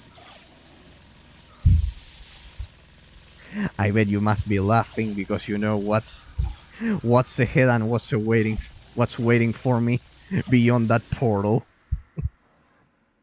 I see now. I wonder what's in that portal.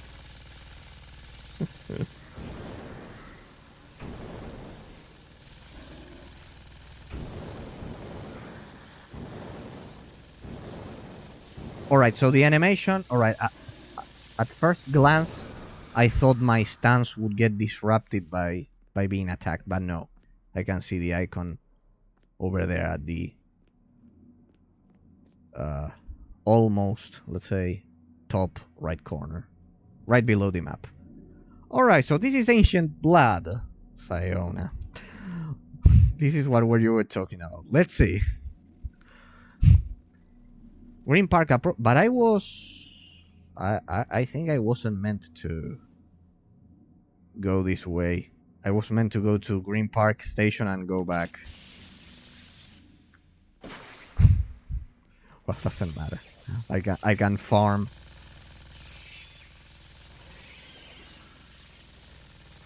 Carnagor? Oh, I forgot this is vanilla.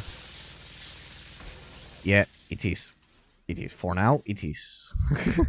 For now. Once I finish the game, I'll see if I can install your great mod and see how it changes. We increase the density of this place a lot in our version.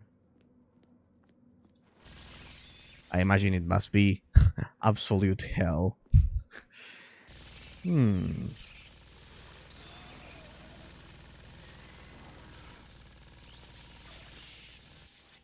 No, so far what I've, at least in this vanilla version, what I've spotted that's the worst part is it's those narrow passages at the sewers when I get surrounded and killed. Oh, absolutely. Yeah. I have no doubts about it. Oh. You get in, the mariachi start. Sayona, I can only imagine the insane horrors that you've all added in here. I can only imagine. Good build or a good party. That's your only two options. Yeah, I imagine. I imagine it's kind of like nightmare difficulty in Diablo versus normal difficulty, let's say. I imagine the mariachi start playing. No.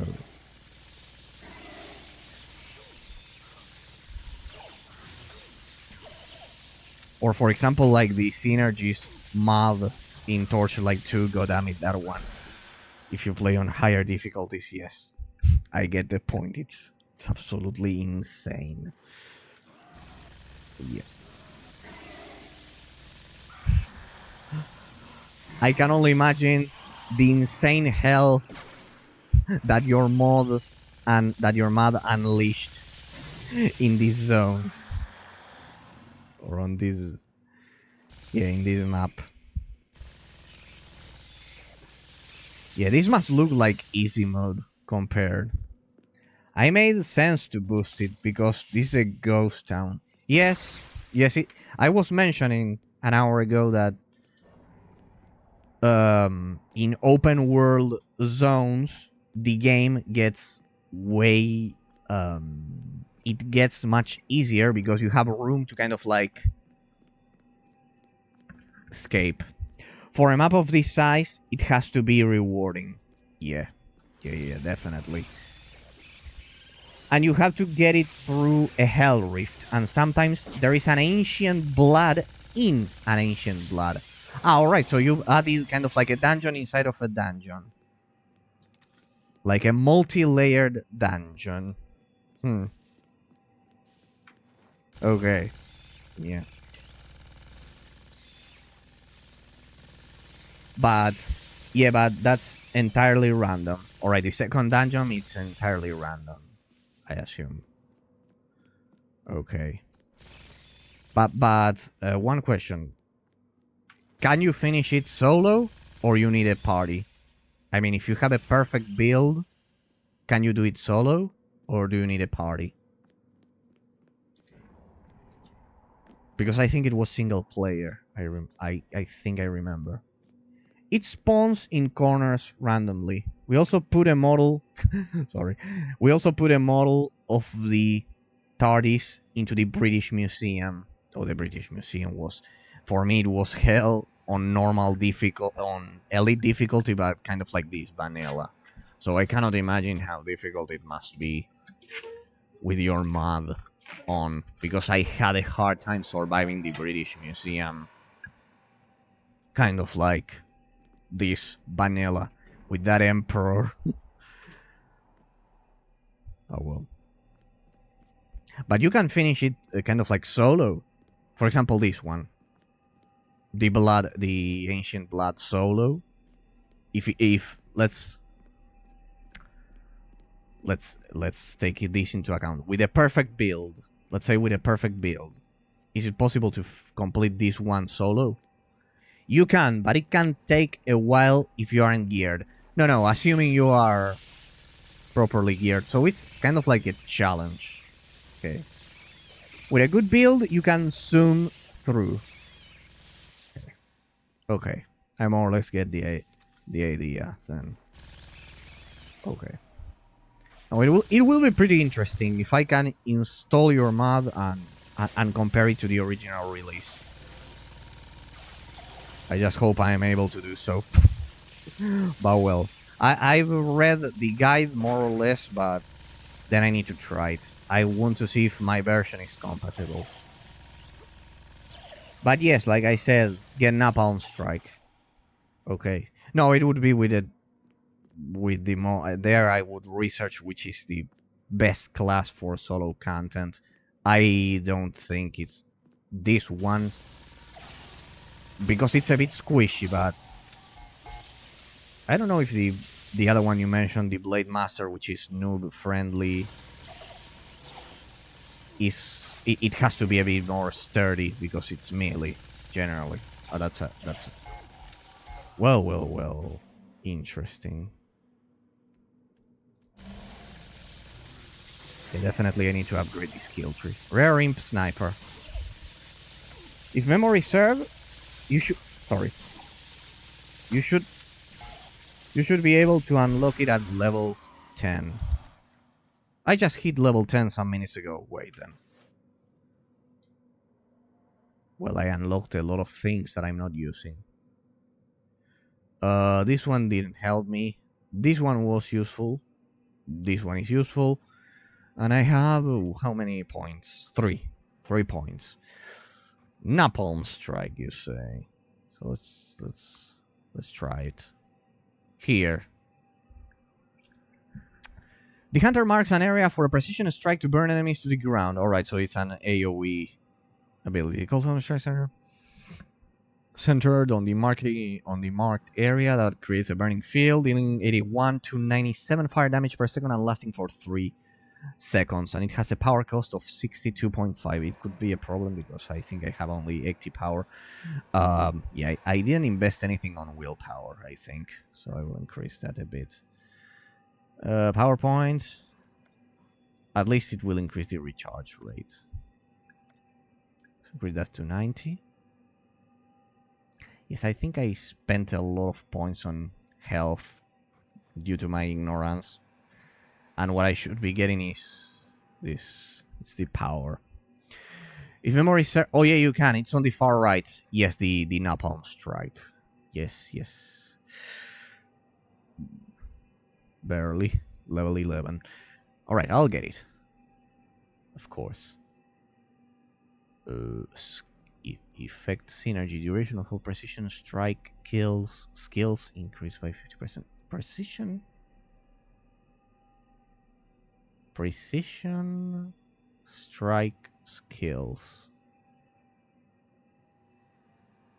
It has to be connected to some other ability. I wonder what it has to. Beacon is also good to have. Beacon. Let's see. This one. The hunter paints an enemy with infrared light, highlighting weaknesses in the target's defense. Damage dealt to a target increased by 21% for 6 seconds. Yeah, I assume this is good for single target damage. This is outstanding for single target damage. So sniper mode. Sniper mode.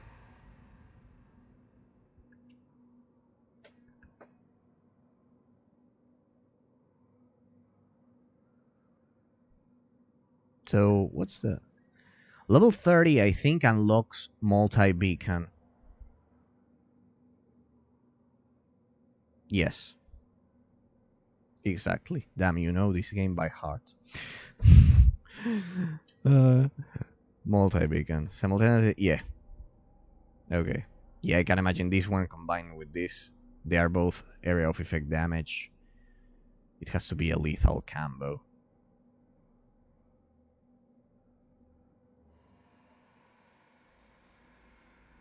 Tactical stance. Yeah, perhaps I shouldn't have invested so many points here, but well, I had no choice. There was no way I survived. There was no way to survive kind of like the early game without investing there. I will invest in willpower then. Fortunately, I have a lot of points that I never allocated. 250 strength. I think I have enough. Like so far, I've been able to equip pretty much any armor I picked. Health point. A bit of accuracy could be because at least with this weapon, I suffer a lot of missile spread, you know. But anyways, I deal damage. Accuracy. You can survive with napalm. Lol. You can survive with napalm. Accuracy is your main stat. Yeah, but does it increase the ranged damage? Strength is not needed at all. Oh. Well, I invested some points on strength, but they were 1 or 2. Doesn't matter. But does accuracy increase the ranged damage? Because it only says critical damage and missile spread. Anyways, I had to improve my missile spread. It doesn't say it increases ranged damage. That's a flawed description from the vanilla version, I assume. Because it should say main, kind of like main stat for these classes, or I don't know, increases ranged damage. I would have gone for that personally. Increases ranged damage. Alright. Wait. I have to assign this skill first. So. Hello, Napalm Strike. How's it going? Then I need to organize this. This is also... This ability, Rapid Fire, was useless. Pretty much. Totally useless. It didn't help me at all. I can increase it further. It doesn't do anything to base damage. It only adds crit. Yeah, critical damage, but as long as my chance is 1%, it's not. And your crosshair spreads slower. Yes, of course. Okay. So the description is accurate in the end. It doesn't affect ranged damage. But here, for example, strength adds additional melee damage. However, accuracy does not add ranged damage. That's pretty weird. I think I've never seen something like this in an RPG. Kind of like strength, well, yes, it works as intended. Increases melee damage, but accuracy does not increase ranged damage. So ranged damage is solely determined by the weapon, as far as I can tell. And of course the critical chance and the elemental damage. That's for sure. Hey, I didn't try the skill one. And your crosshair is lower, it doesn't do anything to base damage, only adds crit. Well, let's try the ability. I'm sure it must be extremely OP, all things considered. I wonder if it's affected by the stance.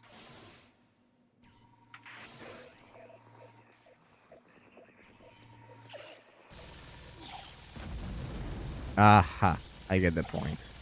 So it acts like a rocket launcher. Okay. It's like having a rocket launcher while you deal the single target damage. Though it has a huge cooldown. Okay. For now, at least. Armor, weapons, and mods, you put in weapons. Okay, so damage is determined solely by the weapons and the armor and mods. Okay. Interesting. It's an interesting stat system to determine the damage exclusively with with your gear. I mean, without your stats affecting it. And it's even weirder the fact that for melee classes, I assume, it does affect their melee damage. Yes, it does, 1%. It's weird. It's kind of like a different system for range. I think it was made to balance the game, because otherwise everyone would pick ranged classes. I assume. I've seen this in a lot of cases, that they kind of like have to dampen, they have to kind of like nerf the ranged class a bit, because otherwise everyone would pick that up, and that's pretty much it. I've seen it a lot, especially in games with this MMORPG structure.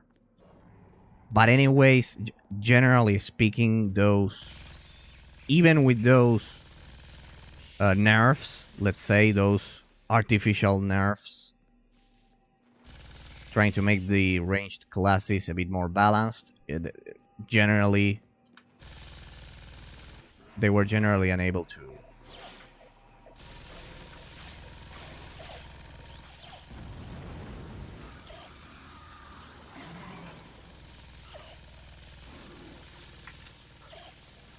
perfectly balance melee and ranged classes in most MMORPG games. It's true that maybe this could be the exception.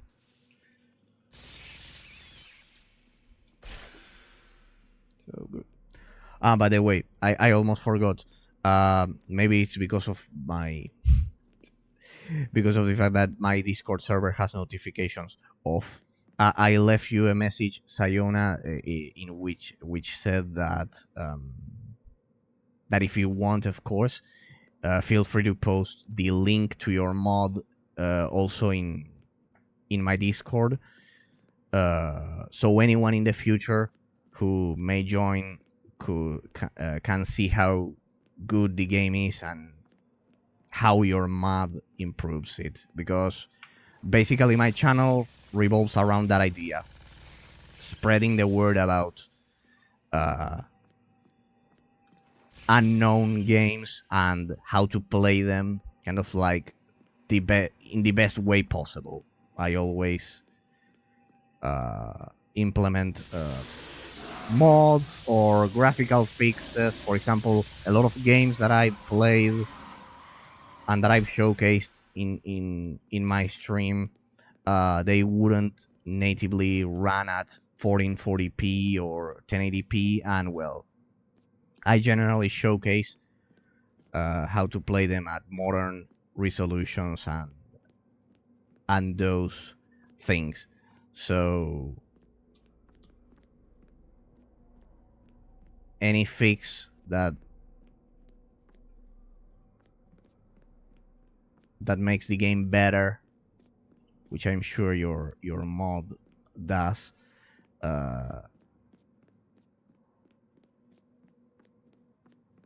is of particular interest to how I showcase all of these old school games. So by all means, feel free to post your mod in my Discord, so anyone in the future who may watch my stream for a different game, let's say, for a different game, can see how to play this one, kind of like under the best possible, with the best possible settings, because at the end of the day, it's true, the game does look weird, kind of like playing it vanilla.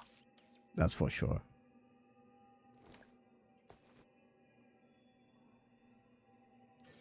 Now let's see if I can loot this.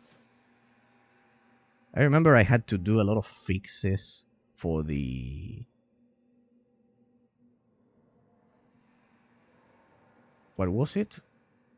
Lords of EverQuest, an RTS game. I had to implement a lot of fixes so it would run at modern resolutions, and unlocked frame rates. This one I couldn't fix the 60 FPS frame rate. This one I couldn't fix it.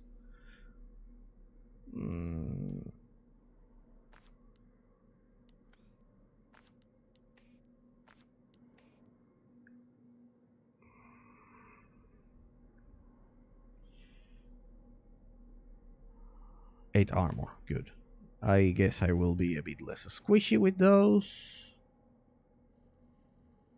And Trident launcher. Well, I think I could get more money if I sell that because of the rarity, I guess. So I grab those. And I think I've killed pretty much everything. Wanted mini dynamo? 1 out of 0 mini dynamo for Green Park approach. No, wait. We still have to kill that thing. Travel to Green Park Station. But I've already killed everything over there.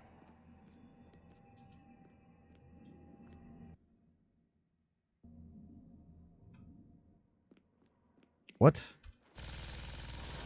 That thing respawned?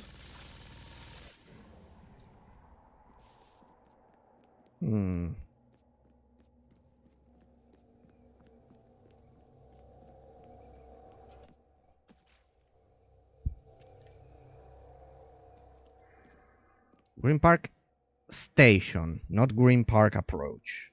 Wait.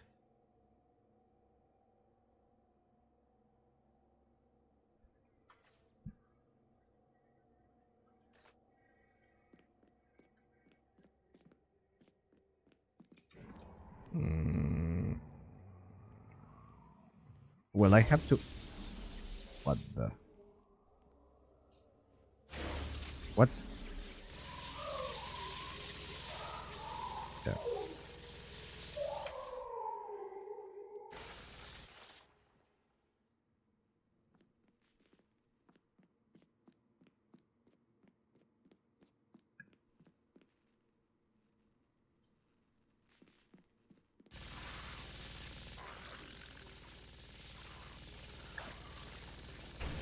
So we are looking for that mini dynamo. I wonder what kind of creature that may be.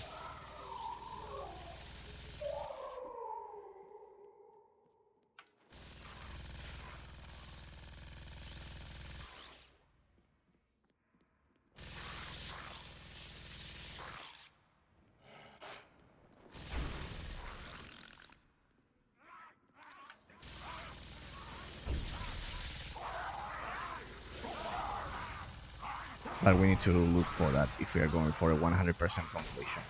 We need to find that creature, mini dynamo, and kill it. That's for sure. Rare tortured soul. You think it's going to deal a lot of damage? I think I'm forgetting about using my abilities.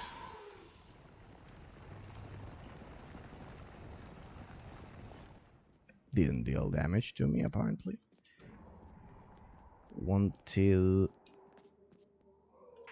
This will be perfect for surviving against those summoned zombies. You were right. You were right. Because it will deal that area of effect damage, and while it kills the summons, I'll be able to kill the summoner zombie.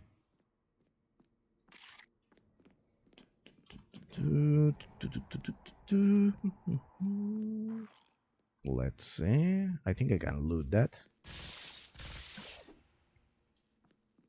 It's so weird looting with kind of like the same bottom that you use to attack.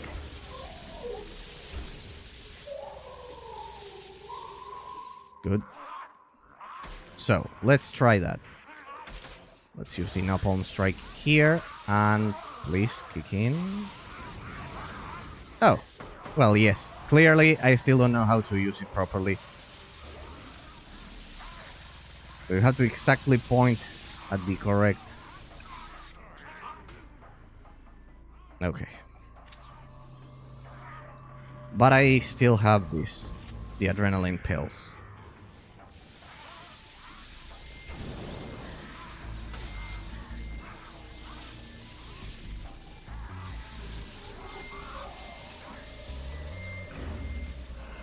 There we go. This Ammoner is dead. Let's see. This strike should be more or less over here. Good. Awesome. Interesting. Thanks again for mentioning that ability. Otherwise, I would have got killed probably again and again. Oh, it's extremely exact, the skill tree, kind of like only at level 10 that skill unlocked. So they properly designed the skill tree as well, if you ask me. Because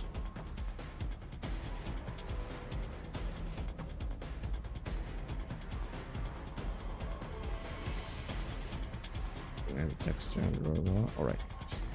Okay. Where are you? Where are you? Wherever you are, come out, Mini Dynamo. Where are you? Come out, wherever you may be. Wherever you are. You should be somewhere over here. Let's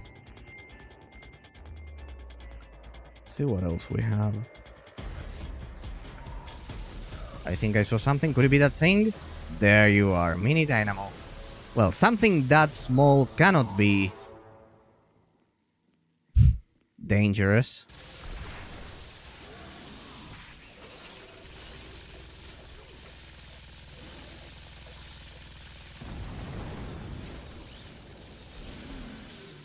Yeah, it wasn't that dangerous.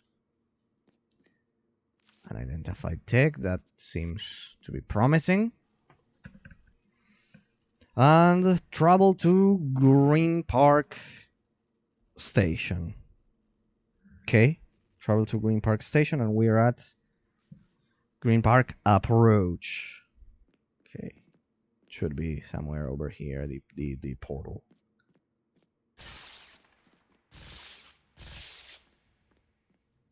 Awesome. Let's see, we've explored the whole map. Identify grenade launcher. This is absolutely failed.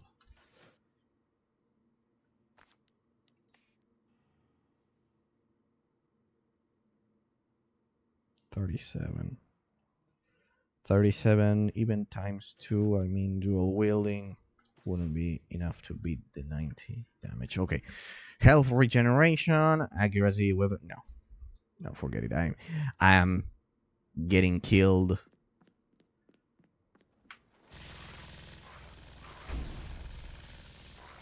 I've been killed quite a few times. I need to improve my armor. Let's see. Those tortured souls, I initially thought... there we go. I initially thought they were kind of like easy to kill, but then I realized they deal a lot of damage. And you cannot dodge them. Speak to Lucius. Is this a base or what? Yes, it has to be. There's another portal in here.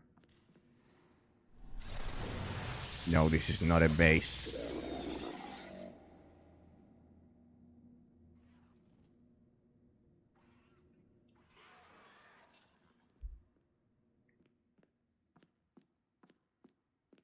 What's this? Green Park Station? Ah, yes, it is a base. Ah. Ah, okay, so this is like in World of Warcraft, kind of like you're in the middle of a war zone or something like that. Okay, yes. Definitely. No, but this is Green Park Station. Yeah, okay, perfect. Charing Cross, okay. Awesome. And there's TechSmith. Right, and they defend the base. Okay, it's like in World of Warcraft or pretty much most MMORPGs. So here you can easily farm around this base. I believe. Bloody Chomper.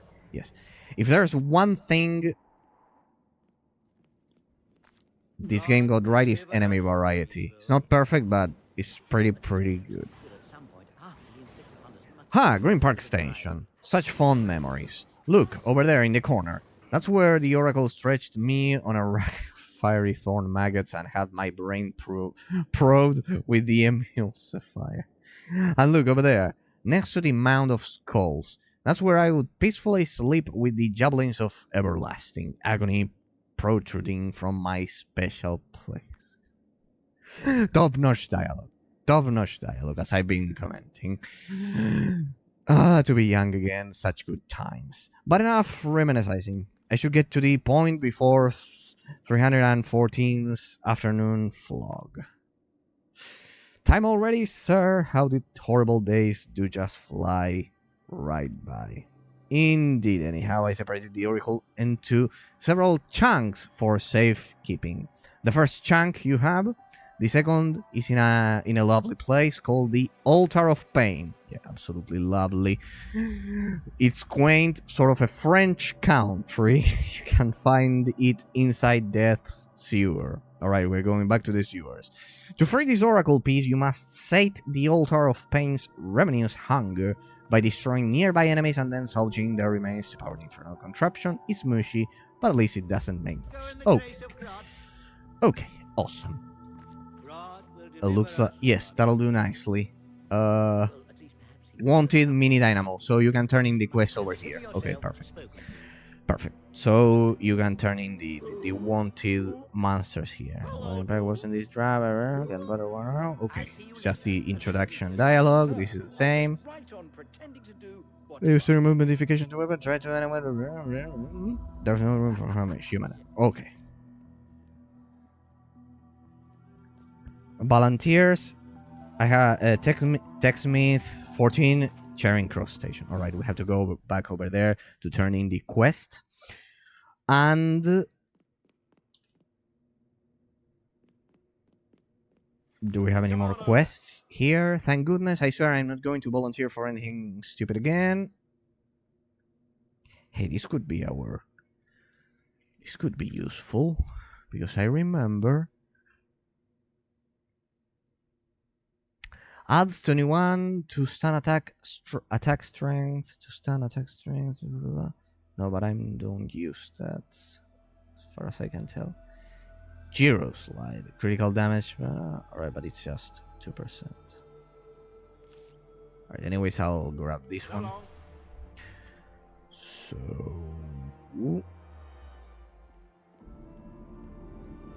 I think I haven't talked to this NPC. Ah, no, it creates the weapon. Okay, now we're good. Let me sell those things. Trident launcher, no, that's way too slow. I'll keep that one just in case the one I have doesn't deal the correct type of damage, just in case.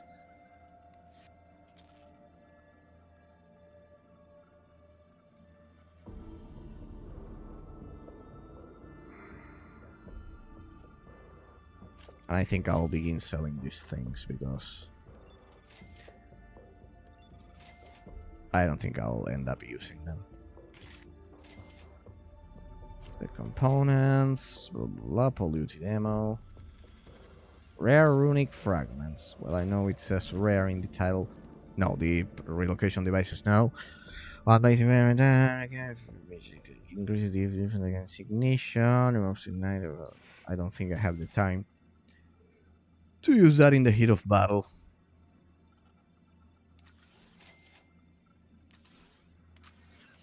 There we go. This is useful. This is useful. Rare runic fragments. No.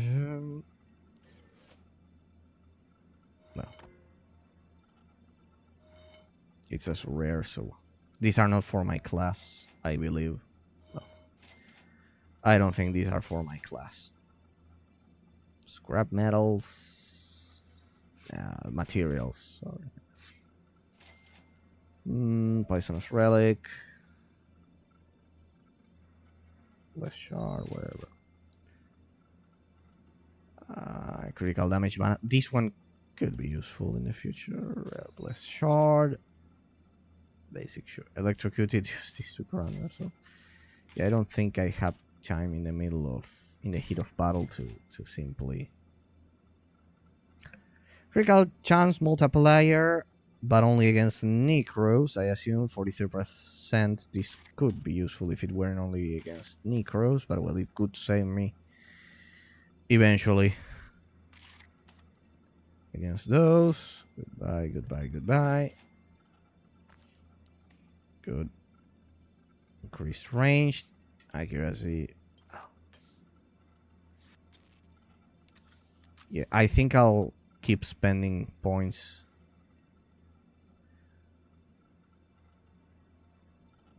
on willpower because my mana bar is not good enough.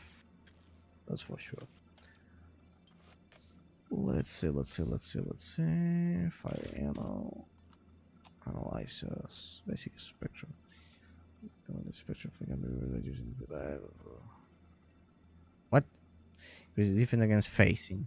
I don't think we are. Now those temporal boosts, unless I'm going up against something pretty crazy, I don't think I'll need them for now. And the truth of the matter is that they consume a lot of room. So, good to go.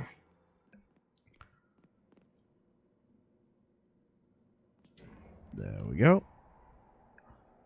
Arms and answers. I just have the main quest. I don't have any more side quests in here. Why is it that there are so many locked rooms? If we've already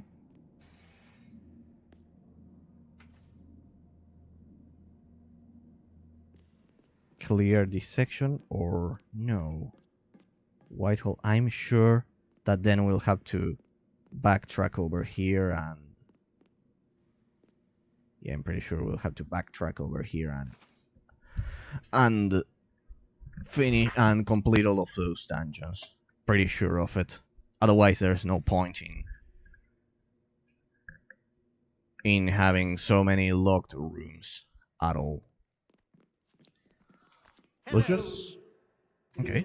No more side quests. Blah blah blah blah. Pretty much only one way. There's only one way to go. Right here. So, well, I forgot to heal myself. Death's Sewers. Don't mind me for being afraid about entering to this place. Alright, it's pretty much... At least there's one positive thing about recycling all of these environments. That you end up knowing them by heart and you know all of the... more or less how the map is going to be. Could it be that I cannot see in this one, though? But I see something moving over there. Could it be?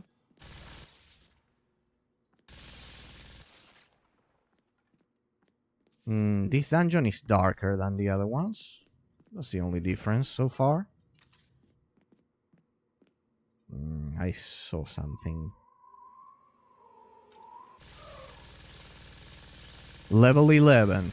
Alright, this is getting good. This is getting good. So... okay. 1 out of 8.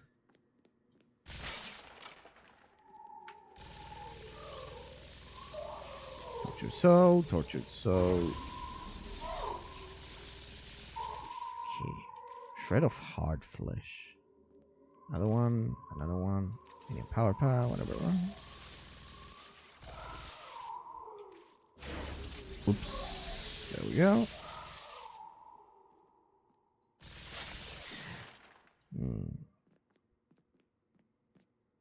Interesting.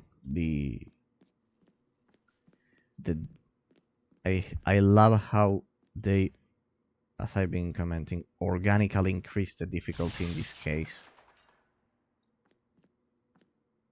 In this case, because of the sight. in this particular sewer, this particular dungeon, because this one is so dark when compared to the other one. Press Alt for game menus. Yes, I know. I can barely see anything. Good. I love I love when games implement these things, kind of like affecting your vision, like this. For example, I remember that there were Skyrim mods which had kind of like increased, kind of like realistic, dark,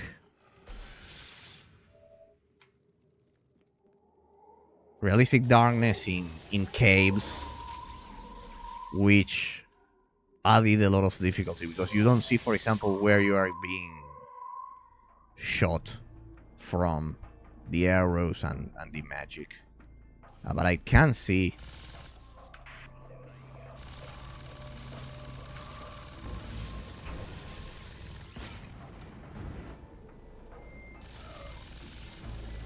the names of the legendary enemies. Something like that. There we go. Oop. Yeah, without these zombies overwhelming me,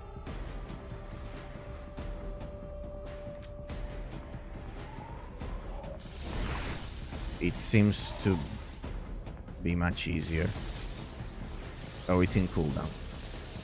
It's on cooldown. Good.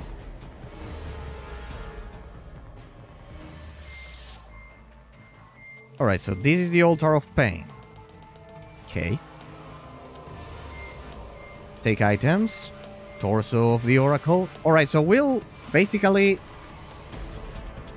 collect all of the parts of the body, I assume, for that madman. Anything else? No. Nothing at all. It was a pretty short dungeon.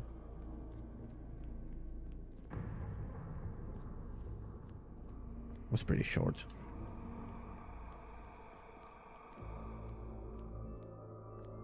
Pretty short.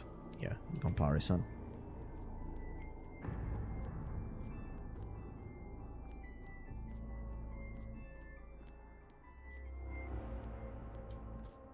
Damn, I can barely see anything.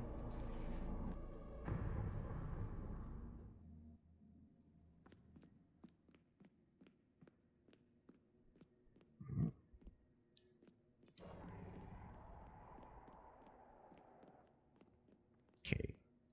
Lucius Olden.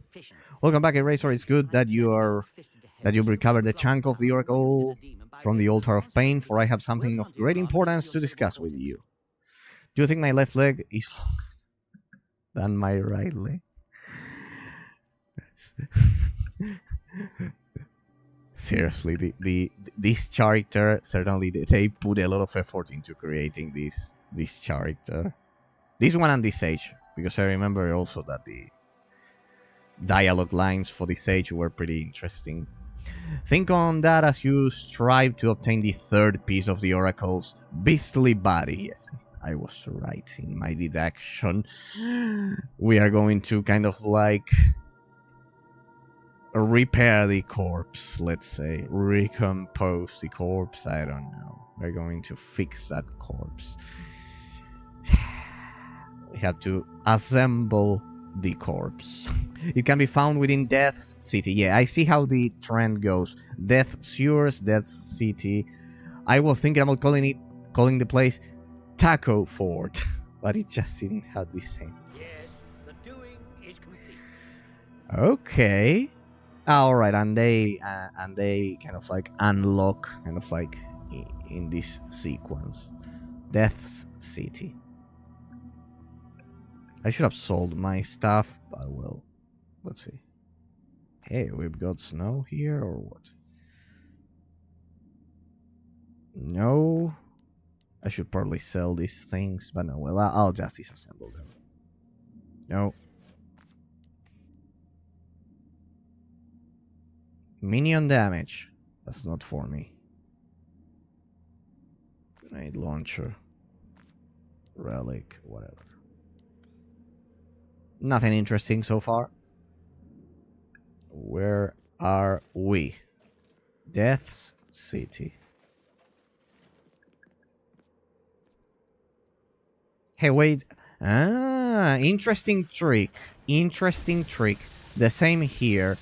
So, since the developers knew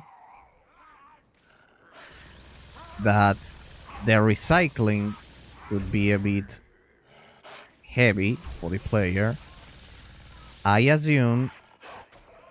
Oh, what's that? My bad. Since the developers knew that the recycling could be too much, the environment recycling I was talking about an hour ago, they made this one darker. It's an interesting technique because the player would be, under normal circumstances, or at least most of the player base, would be unable to notice maybe how similar the environments are. Yeah, a pretty interesting trick, making it darker, so it not only adds difficulty, but it also kind of like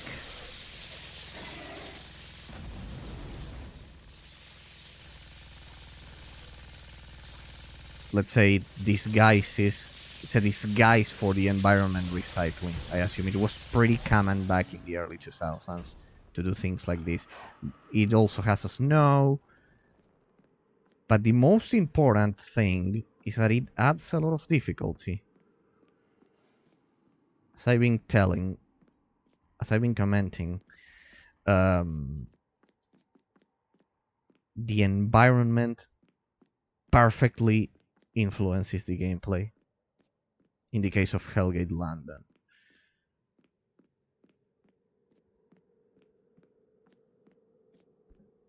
Yes, because it's harder to spot enemies. Interesting, interesting. Well, the game certainly has a lot of surprises. Especially the level design. When compared to most RPGs I've analyzed.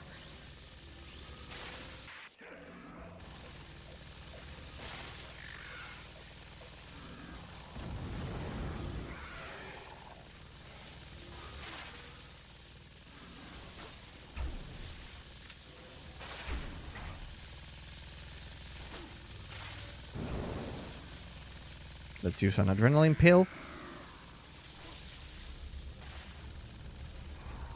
Because these things hit like a truck. Gremlin Diabolist.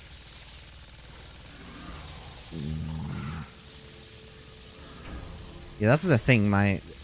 The stance, which actually improves my damage output, involves me not moving, or my character not moving. That's the thing. Damn, I cannot see a thing. I don't know if it's because of my monitor's contrast, but certainly the game got a lot darker. My monitor can only make it worse, but not... I mean, worse. I do it on purpose. I love getting into dark caves in Skyrim. I don't even need mods in my case. I simply increase the contrast. It's like a real cave. I'm unable to see anything.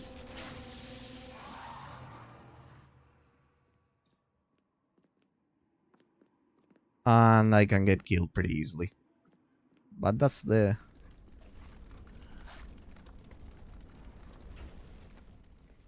That's the idea. I hate it when in games you get to a dark place, but you can actually see.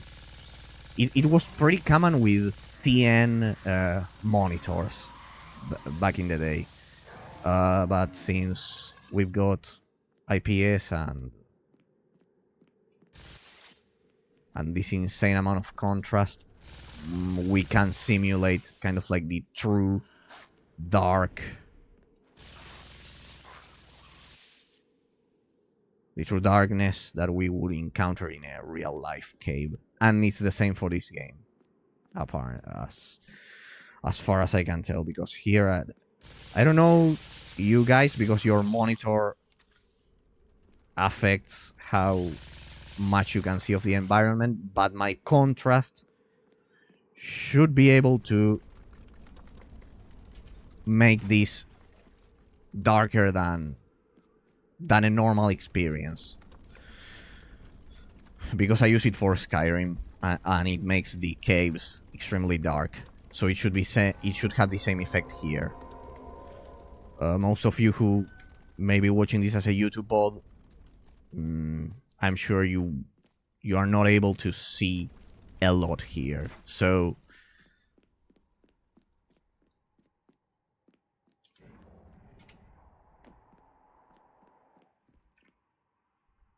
also a good way to disguise the low res textures in some places. Stalker level 12. And what are we? What? Where did that come from? I don't know you guys, anyone watching this as a YouTube bot, but I can hardly see anything. I think my configuration, my settings successfully transitioned from Skyrim to this one. It's just like a dark cave in Skyrim. In Skyrim I can hardly see anything. Good. Yeah, I definitely hate it when you can actually see in places where you shouldn't, because of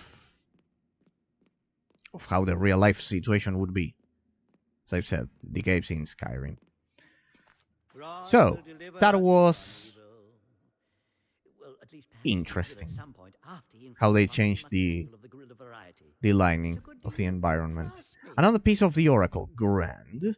Soon enough, you shrieking demon bastard. Soon we'll reassemble you so that you can be more thoroughly killed. So we are reviving a demon. After all the learning we need to do, of course. Plunge my mind into a sweaty womb of despair and initiate the totally underwhelming reconstruction sequence.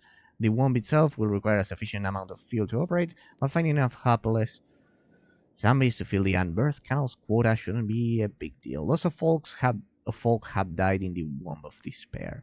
In fact, everyone that went in kind of exploded. Me? Oh goodness, I never went into that freaking place. Heck no, are you crazy? No. I just flung in the oracle piece. You now sick of the back of a speeding motor car? But don't fret. If the worms act up, we'll just tie a rope around 314 feet and dip in. It'll think it's getting fed fresh zombie same diff. Sounds just lovely, sir. But I mean, please have a moment to calm myself. God, hear me, O great gorilla with the brave and awesome telekinetic powers. Top-notch I work dialogues. for you. Top-notch dialogues. Oh my god. Extra points because of that character. He's so good. God damn it. Okay. Okay, how much time has it been? Almost 3 hours. Well, time surely flies. Oh, and we're back at the... Okay, that is yours. Time surely flies. I'll simply finish this mission and call it a day. Enter... Blah, blah, blah. Ethereal. There we go. Zetter.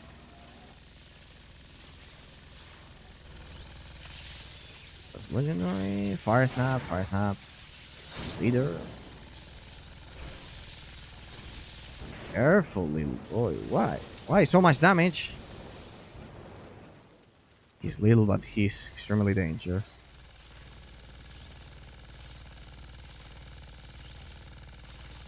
Am I not in range?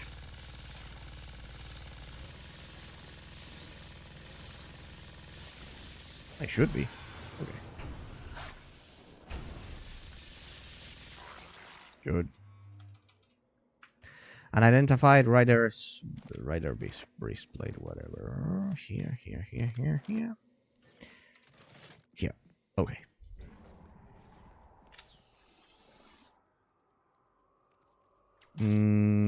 Have you noticed this one? It's also darker. Ladies and gentlemen, have you noticed it? I can surely notice it. Oops. What's that?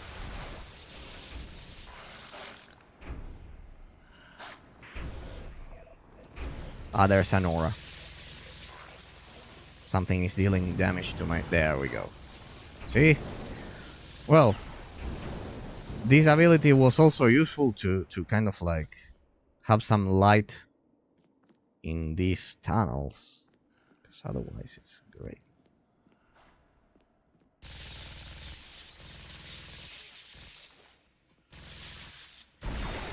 Incredible.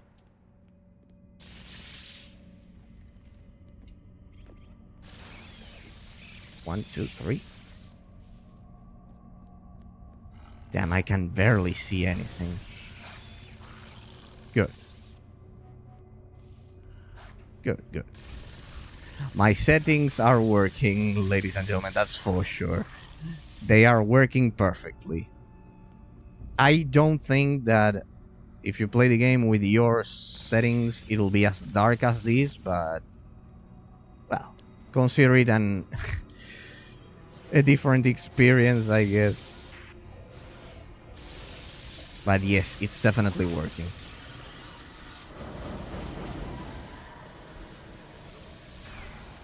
Yes, it's exactly like in Skyrim, Oblivion, Morrowind. Good. Good to see that my settings are working here as well. It's kind of like real life darkness.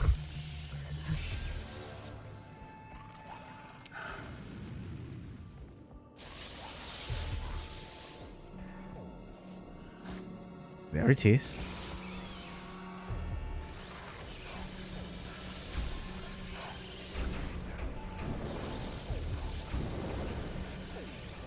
I can barely see where these shots are.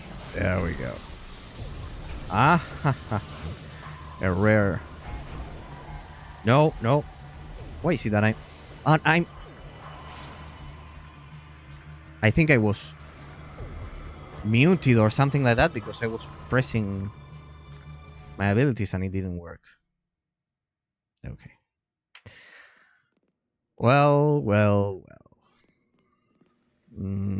If I don't do the mission now,